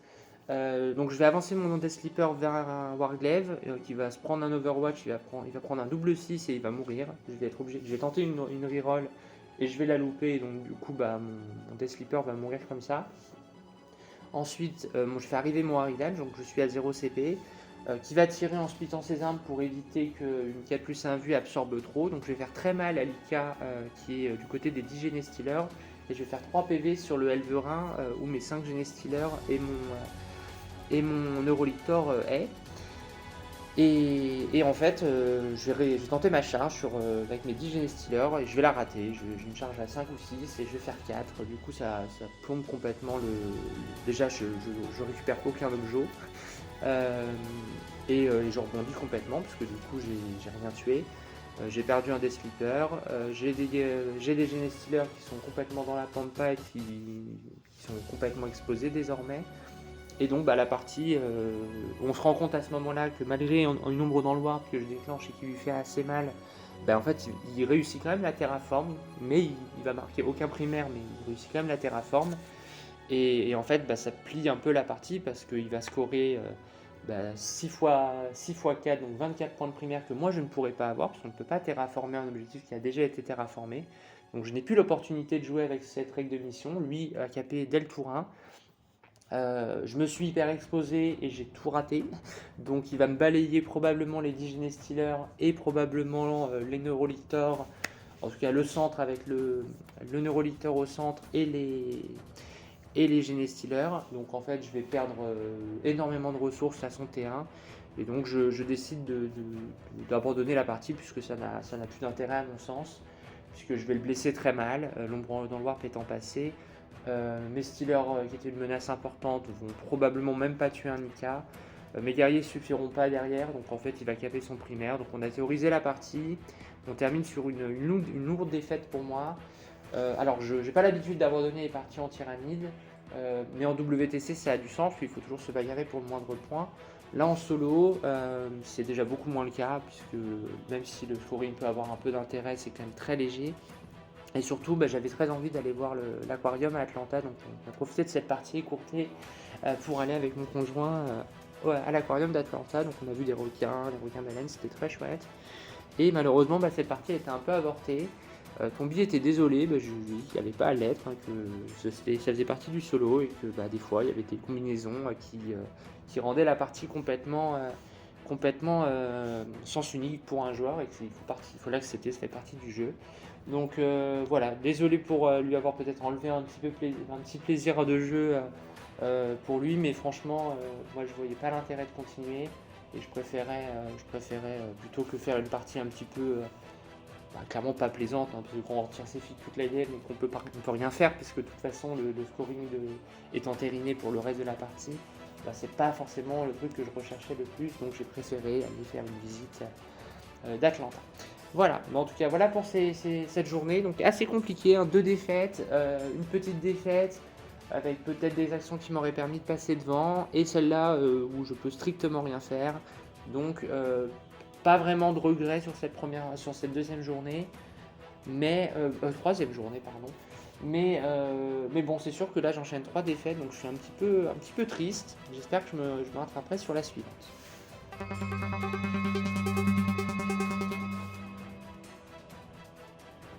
On attaque maintenant avec la 7ème partie où je suis à Paris contre un joueur Craftworld, donc Eldari, qui joue une liste avec 10 gardiens, 2 prismes de feu, un Wraith Knight, 2 escouades de scorpions, 2 escouades de Sweeping Hawks, un farcir à moto et un autarque avec des ailes. Donc c'est une liste que je connais un petit peu, je l'ai affrontée pendant mon training, donc je suis un peu... je sais que c'est pas facile parce que le Wraith Knight va tirer très fort, les prismes aussi, donc mon Harridan risque de tirer qu'une fois malheureusement, parce que là j'aurais pas l'option, même si je commence de le cacher avec la portée. Il a le tour 1, il se déploie, il ne fait rien de spécial en fait, et oui, il joue un avatar aussi quand même, j'avais oublié. Donc il commence la partie, il avance pas spécialement, il met un pack de scorpions sur un objectif au centre, il met son avatar derrière en position d'intérêt héroïque, et moi je profite de mes scouts pour prendre un petit peu des positions intermédiaires cachées, en sachant qu'il va probablement pas venir parce que c'est quand même un peu loin. Donc voilà. En plus j'ai le scout après lui, donc je scout après qu'il ait fait lui-même ses scouts, donc je sais qu'il n'est pas en mesure de venir m'impacter tout de suite. Donc il fait rien de plus à son tour 1, il score rien, je crois qu'il a un scoring assez mauvais, il a assassinat et nos prisonneurs je crois au premier tour, donc il fait rien.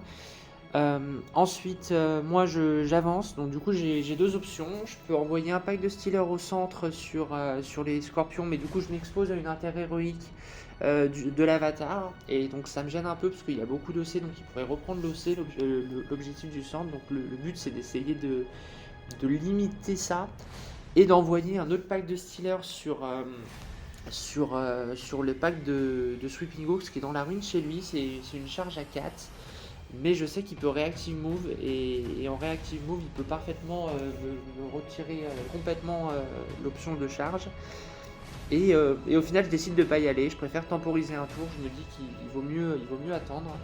Et je mets mes notes sur les objets, donc je mets mes 2 Neurolictors, ce que vous voyez sur la photo sur le tour 1, les 2 Neurolictors sur les objectifs, et je mets le Death Sleeper au centre ainsi que les Stealers en vue de charger les scorpions quand même, en essayant, et en me disant au pire j'ai l'ombre dans le ward derrière pour assurer peut-être un Battle Shock de l'avatar, puisque il aurait quand même un -3, un -2 au commandement, donc ça fait quand même un commandement à 8 à passer, c'est quand même pas évident. Donc je fais, et puis là donc il décide de Reactive Move, il fait un Reactive Move de 2 avec ses scorpions, et donc il sort de l'objectif, mais à mon sens il fait une petite erreur, c'est qu'il me permet aussi désormais de faire une charge sur l'avatar à 7, et donc du coup c'est ce que je vais faire. Et à ce moment-là, je fais arriver le Harridan aussi également, et j'ai oublié de vous parler de deux autres unités qui ont disparu à ce moment-là. Un marcheur, un petit marcheur dont je me rappelle plus le nom, un Warwalker je crois, et trois motoscouts que je tue du coup directement avec le Harridan. Alors c'est très bien de sortir les deux parce que les motoscouts ça fait beaucoup de saturation avec une grosse projection, donc c'était vraiment efficace de les sortir tout de suite. Et le petit marcheur est très pénible avec son -1 wound. Donc là aussi, c'était très important de le sortir. Il avait mis ce marcheur sur l'objectif où il y avait le Neurolictor. Donc voilà, j'arrive à sortir ça, je suis contente. Et on passe à son tour, et je passe à ma phase de charge. Et donc j'ai une charge à 7 sur l'avatar, j'ai une reroll. Et je décide de la tenter. Donc je tente une charge à 7 qui passe instantanément, ce qui fait que je peux aller engager l'avatar et les scorpions. Et du coup, c'est assez royal parce que du coup, je vais pouvoir tuer les scorpions sans bouffer une inter-héroïque de l'avatar, qui lui-même, même avec une conso à 3, ne peut pas venir sur l'objectif. Et donc, je vais tuer les scorpions, et l'avatar va me tuer que 2 stealers en retour. J'ai un peu de réussite sur les invus, lui, il a un peu de fail sur ses dés. Et donc, au final, j'ai mes 3 stealers qui bloquent l'incarne, donc c'est plutôt cool pour moi. Et je me positionne sur les objectifs en mode maintenant j'ai mes lone-up, qu'est-ce que tu fais quoi. On attaque le tour 2, là il va avancer ses scorpions sur l'objectif en bas pour commencer à éventuellement me charger mon Neurolictor. Il va faire venir son Breath Knight à 12 pas de mon Neurolictor. Et il va faire désengager son avatar of Ken. Et il va faire venir des Sweeping Hawks sur mon objectif pour me deny mon Neurolictor. Voilà, et ensuite il fait un joli move, il claque 2 PC pour après. Alors, il va tirer avec son Breath Knight et il va faire un reactive move ensuite sur l'objectif, mais avant ça, il va faire tirer ses 2 prismes sur mon Harridan évidemment. Le premier va me faire une blesse que je vais sauver à 6 parce que j'ai le couvert, et donc bon, ça c'est quand même très cool. Le deuxième va tirer, il va me faire 6 PV, et donc là je suis à 24 PV avec mon Harridan. À ma grande surprise, il va préférer tirer avec le Breath Knight sur le Neurolictor qui était à moins de 12. Donc j'avais envisagé le lone-up, mais là quand il m'annonce qu'il met tout et donc rien sur le Harridan, je suis ravi en fait, parce que je me dis que c'est ok en fait, que j'accepte de prendre mon Neurotirant, c'est-à-dire que je vais tirer un tour de plus avec mon Harridan. Évidemment, le Neurotyran se fait tuer par un 6 il utilise un 6 pour faire de la devoon et il me le tue. Et l'avatar l'avatar de Ken va tuer le Death Sleeper. Je vais tenter un Battle Shock test en tapant, parce que je suis fighter first, pour l'obliger à faire des tests de Battle Shock à 7 pour essayer de le Battle Shock pour le tour suivant. Et il va réussir son test de Battle Shock. À mon tour 3, c'est parti. Je suis obligé d'y aller. Je fais FEP mes gargouilles sur mon objectif, je fais arriver mon pack de stealers sur l'avatar pour essayer de le tuer. Je vais envoyer mes Raveners pour tuer les Sweeping Hooks qui sont venus sur mon objectif. Et globalement, j'ai fait également arriver un Lictor en Rapid Ingress au tour précédent, que vous voyez derrière un petit tuyau en bas de l'écran. Ce tour-là va être assez simple. Je vais tirer le Harridan complet sur l'avatar. Je vais faire un très bon roll. Je crois qu'il a 11 sauvegardes à 3+ à faire, malgré une utilisation d'un -1 touche. Et je vais lui faire 4 PV en tout, ce qui est bien, mais pas ouf. Le Neurotyran va tirer, va lui mettre une blessure au lance-flamme, donc il est à 9 PV. Et je sais que la stat des Stealers, c'est 10 mortels à peu près. Et que en théorie s'il est sur un objet c'est un peu plus, donc je me dis que ça doit être ok, je dois pouvoir le tuer. Et de toute façon j'ai pas le choix, faut que je le tue, donc j'envoie mes Stealers dessus. Et puis c'est parti, je le tue au PV près, pas tout à fait au PV près, avant la reroll du Broodlord je le tue, donc ça me rassure. Évidemment les Raveners vont tuer les Sweeping Hawks et donc je reprends le centre, et par contre j'ai abandonné pour l'instant l'objectif en bas à droite parce que c'est trop compliqué à les challenger avec le Breath Knight dessus, et je préfère faire containment avec mon Lictor qui est arrivé en Rapid Ingress, et un autre Lictor que je fais arriver au tour 3 pour Rapid Ingress également. Pour arriver en réserve, pour faire mes containment avec des lone-up qu'il ne pourra pas tuer, parce que du coup c'est vraiment important de... Non, c'est un recover à 7 que je fais, pas un containment. Donc c'était important qu'il reste vivant, qu'il ne les tue pas pour capitaliser ces 3 points. Et donc je respire un peu, l'avatar est mort, donc je suis assez content. Ensuite, évidemment, lui, il fait arriver, donc il va faire son tour, il va déblayer globalement tous mes Stealers en laissant le Broodlord. Il va faire tirer son prisme et évidemment le vrai Snipe sur le Harridan qui va se faire tuer.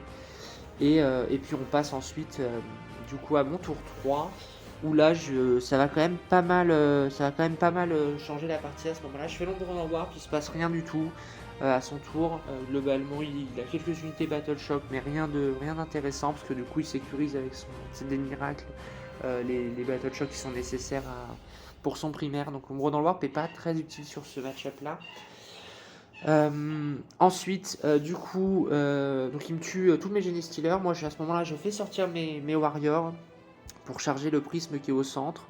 J'amène aussi un Lictor, j'amène mon Broodlord au centre pour tuer le Farseer Amoto qui était venu également. Et mes Raveners qui étaient arrivés sur l'objectif chez moi font une très belle advance qui permet d'aller charger sa backline à lui. Donc je vais aller tuer ces unités d'Eldar qui étaient sur l'objectif. Donc je lui mets au tour suivant que 5 de primaire. Et donc là le delta commence à s'installer doucement au niveau du primaire. Mes guerriers vont charger et vont laisser à 1 PV le prisme. Le Lictor va tuer le Farseer à moto et je vais me bouffer une inter du vrai Snipe mais qui sera pas suffisante pour venir me le tuer. Il me tuera. Ah si, il me tue le Lictor, mais vu que j'ai mes guerriers, j'ai l'OC, donc c'est bon. Je garde l'objectif. Et on se dirige ensuite vers son tour à lui. Là, va y avoir un petit fait de jeu qui est assez important. Il va désengager son Fire Prism. Il va utiliser un PC pour réussir auto le test de Battle Shock. Il va utiliser un PC pour le désengager, tirer. Et il va l'emmener sur l'objectif chez moi pour tirer sur le Lictor qui était donc en position sur mon objectif. Et là en fait je vais Overwatch avec le Neuro-Tyran et je vais le tuer. Donc en fait là, il claque 2 PC pour rien, pour se désengager, tirer et pour me contester l'objectif et je le tue là-dessus. Donc ça c'est un gros changement quand même. Ensuite il va faire venir son vrai Snipe, il va tirer dans les guerriers, évidemment mes guerriers je vais en perdre un certain nombre. Il va mettre un Fire Prism complet sur le Neuro-Tyran qui va rester vivant. Et globalement, en fait, le problème c'est qu'il est gêné parce que du coup il doit mettre son Otar qui doit l'envoyer pour tuer mes Raveners. Il doit faire du containment et il va rater un test de Battle Shock à cause du terrain de chasse du Neuro-Tyran. Donc il perd aussi des points de secondaire là-dessus. Il avait pris du retard sur le secondaire, il prend du retard sur le primaire. Et ensuite, la fin de partie est relativement simple. Je vais désengager avec. Donc il va me charger ensuite avec le vrai Snipe au corps à corps et il va me laisser un guerrier et mon prime. Et à mon tour, je vais ensuite désengager donc au tour 4 et je vais aller envoyer mon prime avec un guerrier sur le prisme. Du coup, je vais le contester au primaire là-dessus. Je renvoie mes gargouilles en FEP et je fais arriver chez lui du coup des gargouilles qui viennent revoler son objectif encore. Donc en fait il termine en étant plus Battle Shock avec son vrai Snipe parce qu'il rate le Battle Shock du Neuro et il rate ensuite le Battle Shock du T5. Donc en fait malheureusement au T5 pour lui il va rien scorer au primaire. Donc en fait il a mis très peu de ce primaire parce que je lui ai bien deny. Moi je vais mettre beaucoup de primaire à la fin, je mets beaucoup de secondaire, je termine avec un behind et avec un sabotage à 6 chez lui.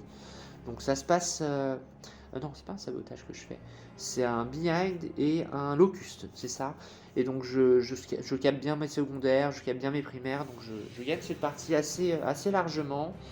Je pense qu'il a fait quelques erreurs. Je comprends pas pourquoi il a pas one-shot tenter le one-shot du Harridan plutôt qu'essayer de tirer sur le Neuro-Tyran. Le Neuro-Lictor, pardon. Et surtout, je pense que l'Overwatch du Neuro-Tyran, il aurait pu peut-être l'éviter. Alors, on l'a pas mesuré, mais il aurait probablement pu l'éviter en se mettant peut-être un petit peu moins, en ouvrant moins l'angle. Mais je sais pas s'il pouvait faire ça et être à moins de 6 du Neuro-Lictor, donc c'était pas forcément évident non plus. Donc voilà, en fait, je termine la partie, je viens tout contester avec les gargouilles et je mets un gros point, je mets en plus des bannières en plus. Donc, grosse victoire là-dessus. Plutôt content parce que le match était quand même pas évident sur le papier. Il avait beaucoup de tirs à grosse portée, donc c'était pas un match évident, mais je l'ai bien maîtrisé, donc je suis assez content de moi.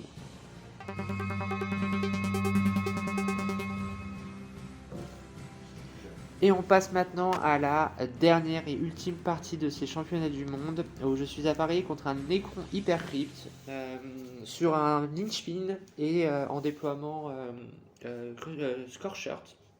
Donc je connais bien le match-up, j'ai fait le match-up en training contre Ashord avec une liste qui ressemble un petit peu. Donc je sais que c'est dur, il a 2 avions, 2 Doomsday, le roi, 3 unités d'Ophidian, 2 unités de dépeceur, et je crois que c'est tout. Je crois que c'est tout. Non, il a 3 locustes solo aussi, les petits locustes là qui permettent de faire des actions. Donc il a beaucoup de tirs anti-char, donc là je sais que mon Hariden va passer un sale quart d'heure sur cette partie. Il a le tour 1, alors ça peut paraître un avantage pour moi parce que jouer contre un Hypercrypt, il vaut mieux laisser le tour 1 à l'adversaire. Mais là, dans la mesure où il a 2 avions, je suis pas sûr qu'il me tue mon Harridan avec uniquement les Doomsday et les Destro. En revanche, du coup, c'est-à-dire que j'aurais pu tirer 2 fois avec mon Harridan si j'avais eu le tour 1, ce qui spoiler ne sera pas le cas. Donc j'aurais préféré avoir le T1, mais c'est ok ne pas l'avoir aussi dans la mesure où l'Hypercrypt a quasiment un tour en fait, où il peut pas faire grand chose, parce que du coup il avait tout sécurisé en se mettant très loin. Donc il se déploie éloigné, et il commence son tour, il envoie son marcheur au centre pour faire un locuste, et il met ses dépeceurs sur l'objectif en haut à droite, enfin en bas à droite, et il envoie ensuite 3 Ophidiens sur 5 Genestealers que j'avais avancé peut-être un peu trop proche. Mais j'avais pas le choix pour le menacer aussi un petit peu, donc j'avance un peu mes Stealers. Il va me charger avec les Ophidiens, il va faire un jet un peu crade, mais il commence un peu à saler là-dessus, parce qu'il me tue qu'un Stealer. Mais en même temps, il y a 15 attaques touchées à 3, blesse à 3. J'ai une invue à 5 derrière, bon bah c'est pas scandaleux qu'il me les tue pas tous en tout cas. Et donc le match est plutôt ça me paraît pas scandaleux. Il commence déjà à rager là-dessus, mais je trouve ça complètement ok. Enfin, j'ai réussi 2 invues à 5 et j'ai pris une Devoon. Ça arrive quoi. Derrière, j'ai mon tour 1. Donc à ce moment-là, c'est pas trop compliqué. Du coup, je dois absolument détruire ce marcheur au centre. Je dois profiter de cette déconvenue de résistance des Stealers pour aller envoyer mes Genestealers qui ont survécu, charger les dépeceurs derrière, et j'envoie mon autre pack de 5 sur ce pack de 3 Ophidiens.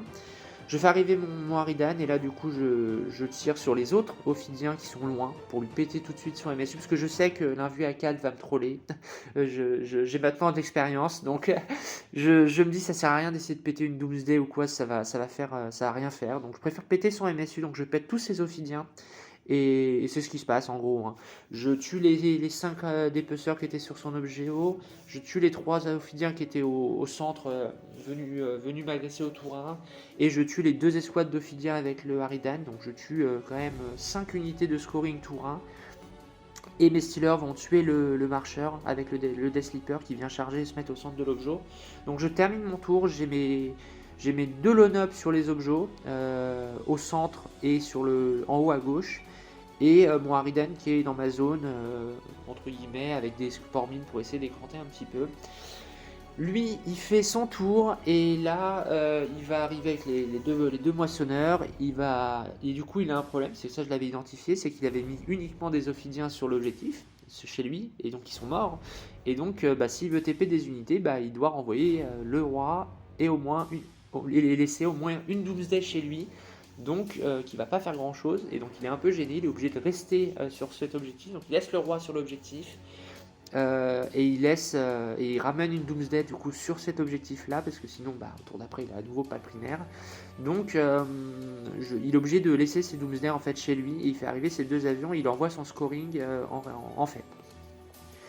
Et donc on attaque, donc je vais vous passer très rapidement sa phase de tir. Il fait une phase de tir un peu dégueu, il met tout sur le Harridan. Il le loupe à 6 PV, il lui reste 6 PV à la fin, donc là il pète un câble complètement, le mec commence à lancer son portable par terre, enfin c'est assez lunaire l'expression du joueur en face.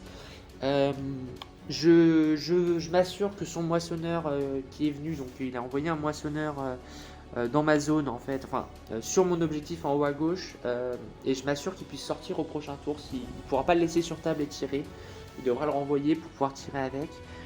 Et du coup, en gros, ce qui se passe, c'est que il met tout dans le Harridan, il le loupe.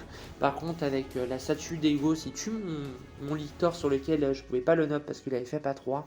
Et ça, c'est un peu un coup du sort parce que la stat est quand même assez ouf. Mais ça me coûte très cher parce que ça m'empêche de mettre en fait 13 de primaire au tour 2. Donc c'est quand même assez fort. Ok, il a pas one shot le Harridan, ce qui est très impactant dans la game. Mais il tue un Eurolictor qui me donne 5 points de primaire avec 6 tirs, donc il a du sustain partout, il arrive à bien me blesser, je rate pas mal d'invus. Bon, ça fait partie du jeu. Ensuite, il va rater une charge à 9 du King sur mes Genestealers au centre. C'est des choses qui arrivent, là aussi il râle. Ensuite, il va rater une charge avec ses dépeceurs à 6 ou 7 sur mes Genestealers. Là aussi ça arrive. En plus, pour le coup, c'était très nul à mon avis comme move. Parce que j'avais mon Death Sleeper à portée, donc j'aurais probablement un terre héroïque. Et j'aurais probablement du coup blessé suffisamment son pack pour que du coup il se passe rien et surtout que je garde probablement l'objet. Donc là aussi, à mon avis, pas sans grande conséquence. Il me tue évidemment mes Stealers sur l'objectif avec la saturation et donc voilà, il me déblaye un petit peu de mes objets. Au final, je n'ai que 8 de primaire. J'oublie de rapid ingress avec mon Lictor, ce qui est très bête, il ne me l'autorise pas. Et on se dirige tranquillement vers mon tour. Donc là, je me dis, ok, le Harridan est encore vivant, c'est cool. Et puis voilà. Je mets 8 de primaire, lui mettait que 3. Et du coup, je décide d'envoyer mes Stealers sur les dépeceurs qui étaient au centre pour les tuer. Ça enlève encore du scoring. Je fais arriver mes Raveneurs sur l'objectif en haut à droite. En haut à droite, en bas à droite pour vous. Je fais arriver du coup mes gargouilles pour faire Storm Hostile pour reprendre un objet. Donc voilà, je fais un petit peu de scoring, je m'organise un petit peu. Et là je fais bouger mon Harridan, il décide d'Overwatch avec le moissonneur, donc il a 3 tirs, il rate les 3, il utilise une reroll et il passe 106, il me le tue, donc il me tue le Harridan sur un Overwatch, donc au final, il me tue le Harridan avec un PC de plus. Donc en fait, j'ai envie de dire, l'honneur est sauf, je tire pas une deuxième fois avec mon Harridan. Donc là, moi je suis encore un peu, je me dis que la partie est loin d'être gagnée parce que maintenant j'ai plus la létalité, j'ai plus la utilité du tout pour sortir les moissonneurs. J'ai pas la létalité non plus, pour maintenant ça va être compliqué pour sortir autant de véhicules, donc je suis encore un petit peu en mode, ouais ça va pas être simple. Et du coup, je décide de jouer le jeu Vanguard, c'est-à-dire de renvoyer des unités de scoring en permanence pour assurer mon scoring. Et en fait décider de le gêner avec mes run-up à 6 et repousser ses FEP à 9 pour qu'il puisse pas me tuer, pour que j'essaye de faire un maximum de scoring de primaire et lui c'est lui deny le sien. Et donc ça va très bien se passer, c'est que du coup il va faire des trucs, il va mettre une Doomsday sur les 10 gargouilles qu'il va louper, donc je vais garder l'objectif avec les gargouilles et là il a une décision à prendre avec son deuxième moissonneur. Il fait tirer le moissonneur sur mes Raveneurs, ce qui il tue les Genestealers, enfin bref. Il tue tout mon petit MSU, mais pas mes run-up. Et le deuxième moissonneur, il décide de tout mettre dans le Death Sleeper, donc là aussi ça m'étonne un peu. Pareil, là il joue un peu bizarrement, il y a comme vous voyez sur l'image du tour 3, là, il y a mes Genestealers avec mon Broodlord à côté du Roi Silencieux. Et il décide de tirer dans les Genestealers avec, je crois que c'est avec son avion, avec la statue de l'avion qui tire dessus. Et en fait, il va me laisser le Broodlord à 2 PV. Et ensuite, il va décider de tirer avec le roi dessus également. Et donc, du coup, moi je lui dis, ok, vas-y, fais pas les jets, il est mort, mon Broodlord. Mais du coup, il peut plus me charger en fait, parce que du coup, mon Death Sleeper est quand même assez loin, c'est une charge compliquée. Et donc en fait s'il m'avait chargé le paquet de Genestealer et qu'après il avait consolidé sur l'objet, je pense qu'il prenait aucun risque. Et là il a tenté des dingueries, donc du coup il va rater sa charge des monolithes du roi silencieux sur mon Death Sleeper. Parce qu'en fait il va pas pouvoir la faire, parce qu'en fait il va tirer avec l'entièreté de son monolithe sur le Death Sleeper. Et le Death Sleeper va survivre et il va rater sa charge. Et du coup, il se retrouve un peu à être un peu bloqué. Et là, en fait, je comprends pas pourquoi il a fait ça, parce que du coup, il aurait pu tuer le Death Sleeper, ce qui faisait que globalement, en fait, il pouvait pas se rapprocher avec son roi. Ensuite, il aurait pu mettre la statue sur les trois dernières gargouilles qui me restaient pour assurer me deny les primaires. Il le fait pas. Et donc là, je score 18 de primaire à mon tour 3. Et du coup, je commence mon tour 3 tranquillement. Mes Raveners, qu'il a du coup plus ou moins évité en tirant sur les gargouilles, enfin sur les Genestealers, en fait, du coup, c'est ok, parce que du coup, j'ai mes 3 Raveners qui sont sur mon objectif, sur l'objectif en bas à droite, qui vont du coup faire une Advance Assist et venir tuer ensuite son Destroyer sur l'objectif. Donc du coup, il refait un tour à 0 de primaire au tour d'après. Et là, du coup, il pète un câble, il décide d'arrêter la partie. En se plaignant de la chance, en disant que c'est incroyable d'avoir aussi peu de chance, que j'ai eu tellement de réussite. Enfin bref, on était dans un peu dans une comédie dramatique. Donc là, on fait de la politique, on dit oui, oui, c'est vrai, oui, oui, oui. Mais objectivement, pour moi, il a fait des mauvais choix sur ses cibles. Avec autant de létalité, il doit pouvoir me deny largement. Peut-être pas qu'il gagne, peut-être qu'il gagne pas parce que je termine la partie. Je joue Vanguard, je lui ai déjà deny suffisamment de points. Mais à mon sens, il a fait quand même beaucoup d'erreurs qui auraient pu largement concurrencer le reste de la partie. Et donc là, il s'est contenté de dire qu'il n'avait pas eu de chance, alors qu'objectivement, il a fait de mauvais choix. Pour moi, je vois vraiment 3 mauvais choix. Le tir à son tour 3, il tire sur les Stealers, les 3 Stealers à côté du Neurolictor en bas à droite qui ne servent à rien. Il tire ensuite sur le Broodlord avec les packs de Stealers qui ne servent à rien. Et il tire sur le Death Sleeper complet alors qu'il avait juste à mettre la petite arme sur les gargouilles pour assurer leur mort et les grosses armes sur le Death Sleeper pour tenter le Death Sleeper. Il le fait pas. À partir de là, je veux dire, la partie n'a plus vraiment d'intérêt. Moi, à mon tour 3, comme je vous le disais, j'envoie mes Raveners sur son objet pour contester et tuer son Destro. J'envoie mes guerriers sur l'arche qui est en haut à gauche que je tue. Voilà, on se dirige tranquillement vers une grosse victoire. À partir du moment où j'ai mis 18 points de primaire, lui au tour 4 il va mettre 0. Même s'il remet 18 à la fin, j'aurai forcément plus de primaire que lui. J'ai mieux scoré au secondaire. Ah oui, ce que je vous ai pas dit aussi, c'est que le Hunting Ground lui a deny ses 6 points de containment. Bah oui, mais mon gars, tu joues le roi silencieux qui est dans les malus et qui te permet d'avoir des coms améliorés, je crois. Pourquoi tu cherches absolument à garder le plus 1, le 1, reroll 1, alors que tu peux avoir un plus 1 OC, non, un non modificateur. Ouais, donc là, en fait, ça changeait rien, pardon. Ça changeait rien parce que c'est le non modificateur, mais par exemple, sur l'ombre dans le warp, il aurait pu rester là-dessus pour assurer son primaire. Bon, enfin voilà, pour moi, il a fait des mauvais choix de cible, il a fait des mauvais choix de macro, et objectivement, oui, ça finit par payer un moment, et effectivement, quand on a un petit peu de déchat à certains moments, le mec a fait un effet tunnel là-dessus, et puis du coup, à mon avis, il est sorti de sa partie. Il est vraiment sorti de sa partie, et c'est dommage, parce que du coup, sur une dernière game, ça laisse un petit goût amer. Même si je suis cordial, il n'a pas été agressif avec moi, mais il avait des mouvements d'humeur envers CD, envers son portable, envers lui-même. Et donc moi, je me suis dit que c'est pas une technique pour essayer de me sortir de ma partie. Moi, je suis resté très concentré. J'ai juste oublié 2 fois mes Rapid Ingress au tour 3 tour 2 et tour 3 de mes Lictor. Il me les a pas autorisés. Il y a aussi eu une intervention arbitrale parce qu'au moment où moi je fais de l'ingénierie pour l'obliger à sortir de la zone avec son avion comme je vous l'indiquais, et arrivé au moment de sortir de l'avion, il bouge son avion, il me dit voilà ça passe, regarde. Je fais attends, je t'ai demandé si c'était ok. Il me dit moi j'ai pas entendu ça. Je fais écoute, il y avait un pote à côté de lui, je lui dis t'es d'accord, t'as bien vu que j'ai fait de l'ingénierie ici, je regardais par rapport à l'avion.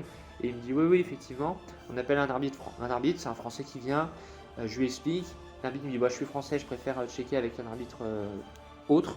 Il appelle un autre arbitre et l'arbitre tranche en disant non, si elle t'a indiqué qu'elle pouvait le faire, il n'y a pas de problème, ton avion doit sortir. Donc il décide de le renvoyer en fait finalement, mais du coup ça le gêne parce qu'il y a une des Doomsday qui est obligée de rester sur table pour pouvoir prendre les primaires en fait tout simplement. Donc voilà, ça termine ce tournoi. Donc au final je fais 5 victoires, 3 défaites. Je suis pas mal contente de ma perf déjà parce que c'est cool. Je loupe le Best in Fashion Tyrannide, c'est dommage. Mais vraiment, Samuel Pope était imprenable. Il a fait que un nul et une défaite et tout reste en win. Donc, très beau parcours à lui, franchement. L'invasion était vraiment impressionnant. Je pense sur ce layout, c'était vraiment très fort. Et je vous fais un petit débrief tout de suite du tournoi au global.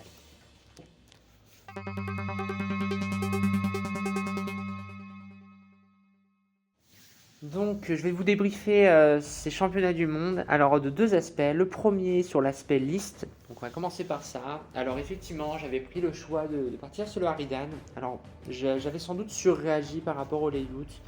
Parce que, après, on a joué sur 3 layouts qui étaient, à mon sens, ok pour moi en Vanguard. Parce qu'il y avait quand même des possibilités de se projeter. Le premier était vraiment très très bon. Le deuxième était moyen. Et le dernier était ok. D'ailleurs, je me rappelle plus le. Ouais, en fait, il y en a les deux du milieu étaient ok, le dernier était bien et le premier était excellent. Donc au final, j'ai quand même eu des bons appariements sur les layouts. J'avais sans doute surréagi un petit peu en jouant sur les layouts vraiment compliqués pour voir ce que ça donnait. Et ça m'avait vraiment traumatisé de me dire qu'il y a des moments où on ne pouvait prendre aucune position intermédiaire. Et donc que le Vanguard était contraint de subir une première phase de tir avant de charger. C'était clairement impossible à tanker. Donc je m'étais dit, il faut que je trouve quelque chose qui peut menacer tout de suite les gunlines adverses. Et j'avais fait le choix du Harridan. Très intéressant sur ce layout malgré tout. Maintenant, si je réfléchis, est-ce que la liste de double Tyranno m'aurait mieux convenu? Je ne sais pas, c'est difficile à dire parce que autant sur les Thousand Suns, je pense que le Harridan était vraiment très bon. D'une part parce que tirer sans loss sur du Rurik, c'est quand même très bon. Pouvoir affaiblir Magnus, c'est quand même également très bon. Là où les Tyranno, malheureusement, avec les blinks de dégâts, les rerolls, les doubles rerolls, en fait, les 4+, Magnus va les passer, il va pas prendre suffisamment de dégâts. Donc, même s'il suffit qu'un seul passe pour que ça fasse très mal, c'est quand même assez hasardeux. Donc, je pense que les matchs TS, le Harridan était un gros plus. Le match Blood Angel, je pense que j'aurais gagné même avec les Harridan, même avec les deux Tyranno, parce que j'avais une ressource en plus de Warrior. J'avais deux énormes monstres à poser sur les objets pour forcer les trades, donc je pense qu'il aurait eu du mal à les passer. Donc je pense que le Blood Angel, je le passais. Ensuite, j'ai affronté quoi, je me rappelle déjà plus. J'avais trop de matchs. Je pense que le match Ika, je le passais peut-être un peu mieux, mais au vu du scénario, c'était très compliqué. Donc je pense que ça se jouait pareil. C'était un match un peu pourri aussi. Ça m'aurait pas grandement aidé. Le match face à l'Eldar, je pense que le Harridan m'a sauvé. Le match sur l'Astra, ça aurait été probablement mieux avec les deux Tyranno, c'est à peu près certain. Le match avec les Terminators, les DA, les Tyranno auraient été également meilleurs parce que j'aurais pu détruire plus facilement les chars. Donc, donnant, je pense que j'avais de meilleurs matchs avec le Harridan et d'autres meilleurs avec les Tyranno. Donc, je pense que c'est donnant, c'est ok en fait. La liste n'aurait pas forcément mieux fonctionné avec ma liste habituelle. Donc, ça, c'est le premier débrief sur la liste. Après, ça m'a fait marrer de le sortir parce que ça a fait un peu l'attraction. Il y a plein de gens qui venaient me voir pour me demander un peu.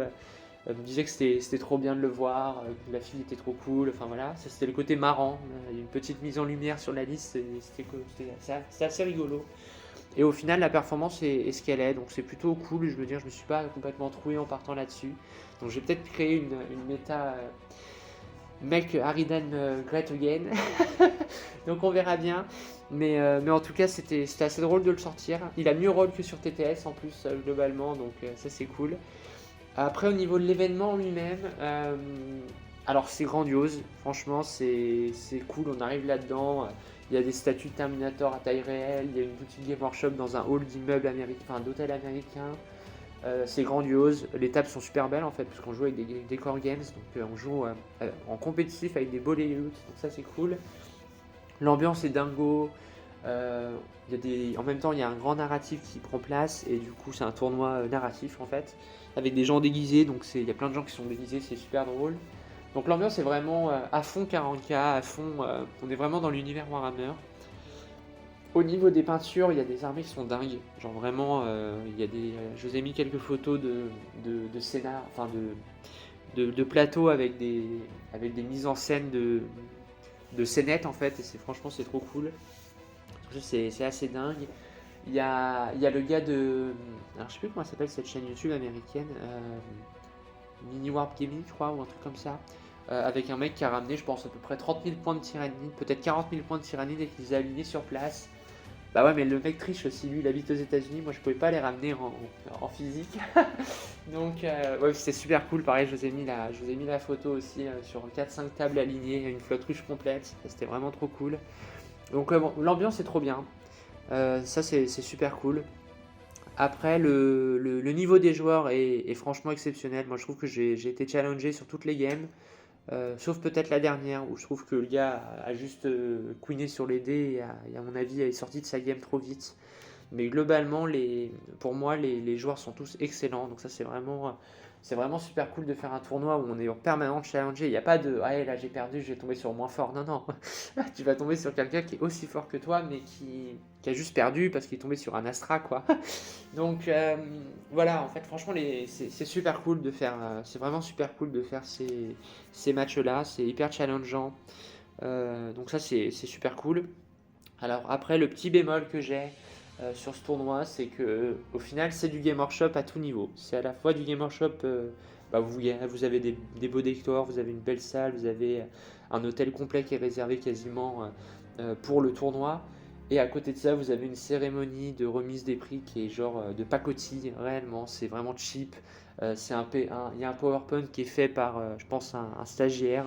Enfin, c'est vraiment hyper cheap. C'est un peu bizarre en fait. C'est vraiment bizarre à ce niveau-là. Ils auraient pu faire une cérémonie avec des remises absolument dingues à l'américaine et tout. Et au final, ils ont fait un truc à la Wish. C'était vraiment ça. Tout le monde est sorti du truc en se disant, mais c'était nul en fait. Franchement, c'était juste nul. Les gens ont gagné les championnats du monde de leur jeu et ils sont appelés au fond d'un PDF tout dégueu. Enfin, ça faisait pas ouf. En fait, c'était juste cheap et c'est dommage. Voilà. Après, est-ce que je le referais? Je sais pas. Peut-être que oui. Objectivement, j'ai deux petites réserves. La première, bah, c'est le coût. Hein. C'est quand même hyper cher. Bon, pour un tournoi qui est quasiment 3000 €, bon, c'est ok, mais pas tout le temps, quoi. Après, moi, j'avais jumelé ça avec un voyage avec mon conjoint, du coup, c'est lui qui a fait une grande partie des photos. Parce que clairement, à ce niveau de jeu-là, c'est compliqué de penser à faire des photos, genre vraiment. Ça, c'était vraiment une grosse aide. Euh, ouais, le niveau de jeu est hyper cool, mais le coût, il est quand même là. Alors partir en solo, franchement ça me dit rien, parce que je pense qu'il faut partir pour jumeler ça avec une petite semaine de vacances avant. Donc on était parti à New York avant, donc c'était cool. Partir juste pour le tournoi, je pense que je le referai jamais, enfin je le ferai jamais. Après, moi j'adore le Québec, donc j'espère y aller un jour, donc peut-être ça pourrait être l'occasion une prochaine fois d'y aller en allant au Canada avant, et ensuite en descendant à Atlanta pour le tournoi. Peut-être que je le referai, pas sûr. Franchement, pas sûr, parce que c'est quand même hyper cher. Le layout est vraiment très différent. Il n'y a pas vraiment d'intel qui est pris pour l'équipe, pour le WCC, parce que c'est trop différent. Le jeu est trop différent en termes de layout, en termes de convention avec les décors. Donc c'est quand même un autre jeu. Donc bon, ça pousse quand même vers le fait de se dire, bon, est-ce que j'y vais vraiment? Parce que c'est un jeu qui est différent, ça coûte très cher. Voilà, donc à voir. Je sais pas si je le referai, peut-être pas. On verra en tout cas. Donc voilà, bah écoutez, c'était la fin de cette vidéo, assez longue, hein, 8 parties, c'est franchement. Alors, je pense pas que je pourrais vous mettre les listes de mes adversaires parce que je m'en rappellerai pas quand je vais rentrer en France exactement. Donc je vous les ai dictés. J'aurais aussi pu accès aux infos du tournoi quand je vais monter la vidéo, donc malheureusement je pourrais pas vous mettre les armées qui étaient jouées, mais j'ai fait l'effort dans les vocaux de vous les mettre. Comme ça, au moins, vous savez à peu près ce qui était joué en face. Je vous mettrai ma liste évidemment, mais pour le reste, voilà, ça demande trop d'infos que BCP ne permet pas de récupérer quand on n'a pas quand on n'a pas le compte payant. Donc ça c'est un peu dommage, mais je pense que voilà, le suivi des games vous permettra de vous faire une idée des différents match-ups. Et j'allais quand même oublier l'essentiel. Je termine à la 77e place en termes de scoring, uniquement scoring. Donc c'est franchement bien. 77e sur 270. Franchement c'est cool avec un Tyrannide qui est pas un top codex, avec un Vanguard qui à mon sens est quand même un peu en dessous d'Invasion sur ce layout là. Donc je suis quand même contente. J'ai pas démérité, je suis hyper contente. Je termine 46e au classement global overall avec la peinture. Donc là aussi je suis vraiment contente. En gros je fais un bon premier tiers de ce tournoi là. Donc franchement au vu de l'environnement je me dis que c'est vraiment cool. Donc je suis contente de moi. Et puis voilà. Donc voilà, pas Best in Fashion Tyrannide, mais quand même une belle run sur ces championnats du monde. Donc c'était très cool. Voilà. Bah écoutez, j'espère que la vidéo vous aura plu. Et puis on se reverra très bientôt pour de nouvelles vidéos. Et moi je vous dis à très bientôt. Bye bye tout le monde.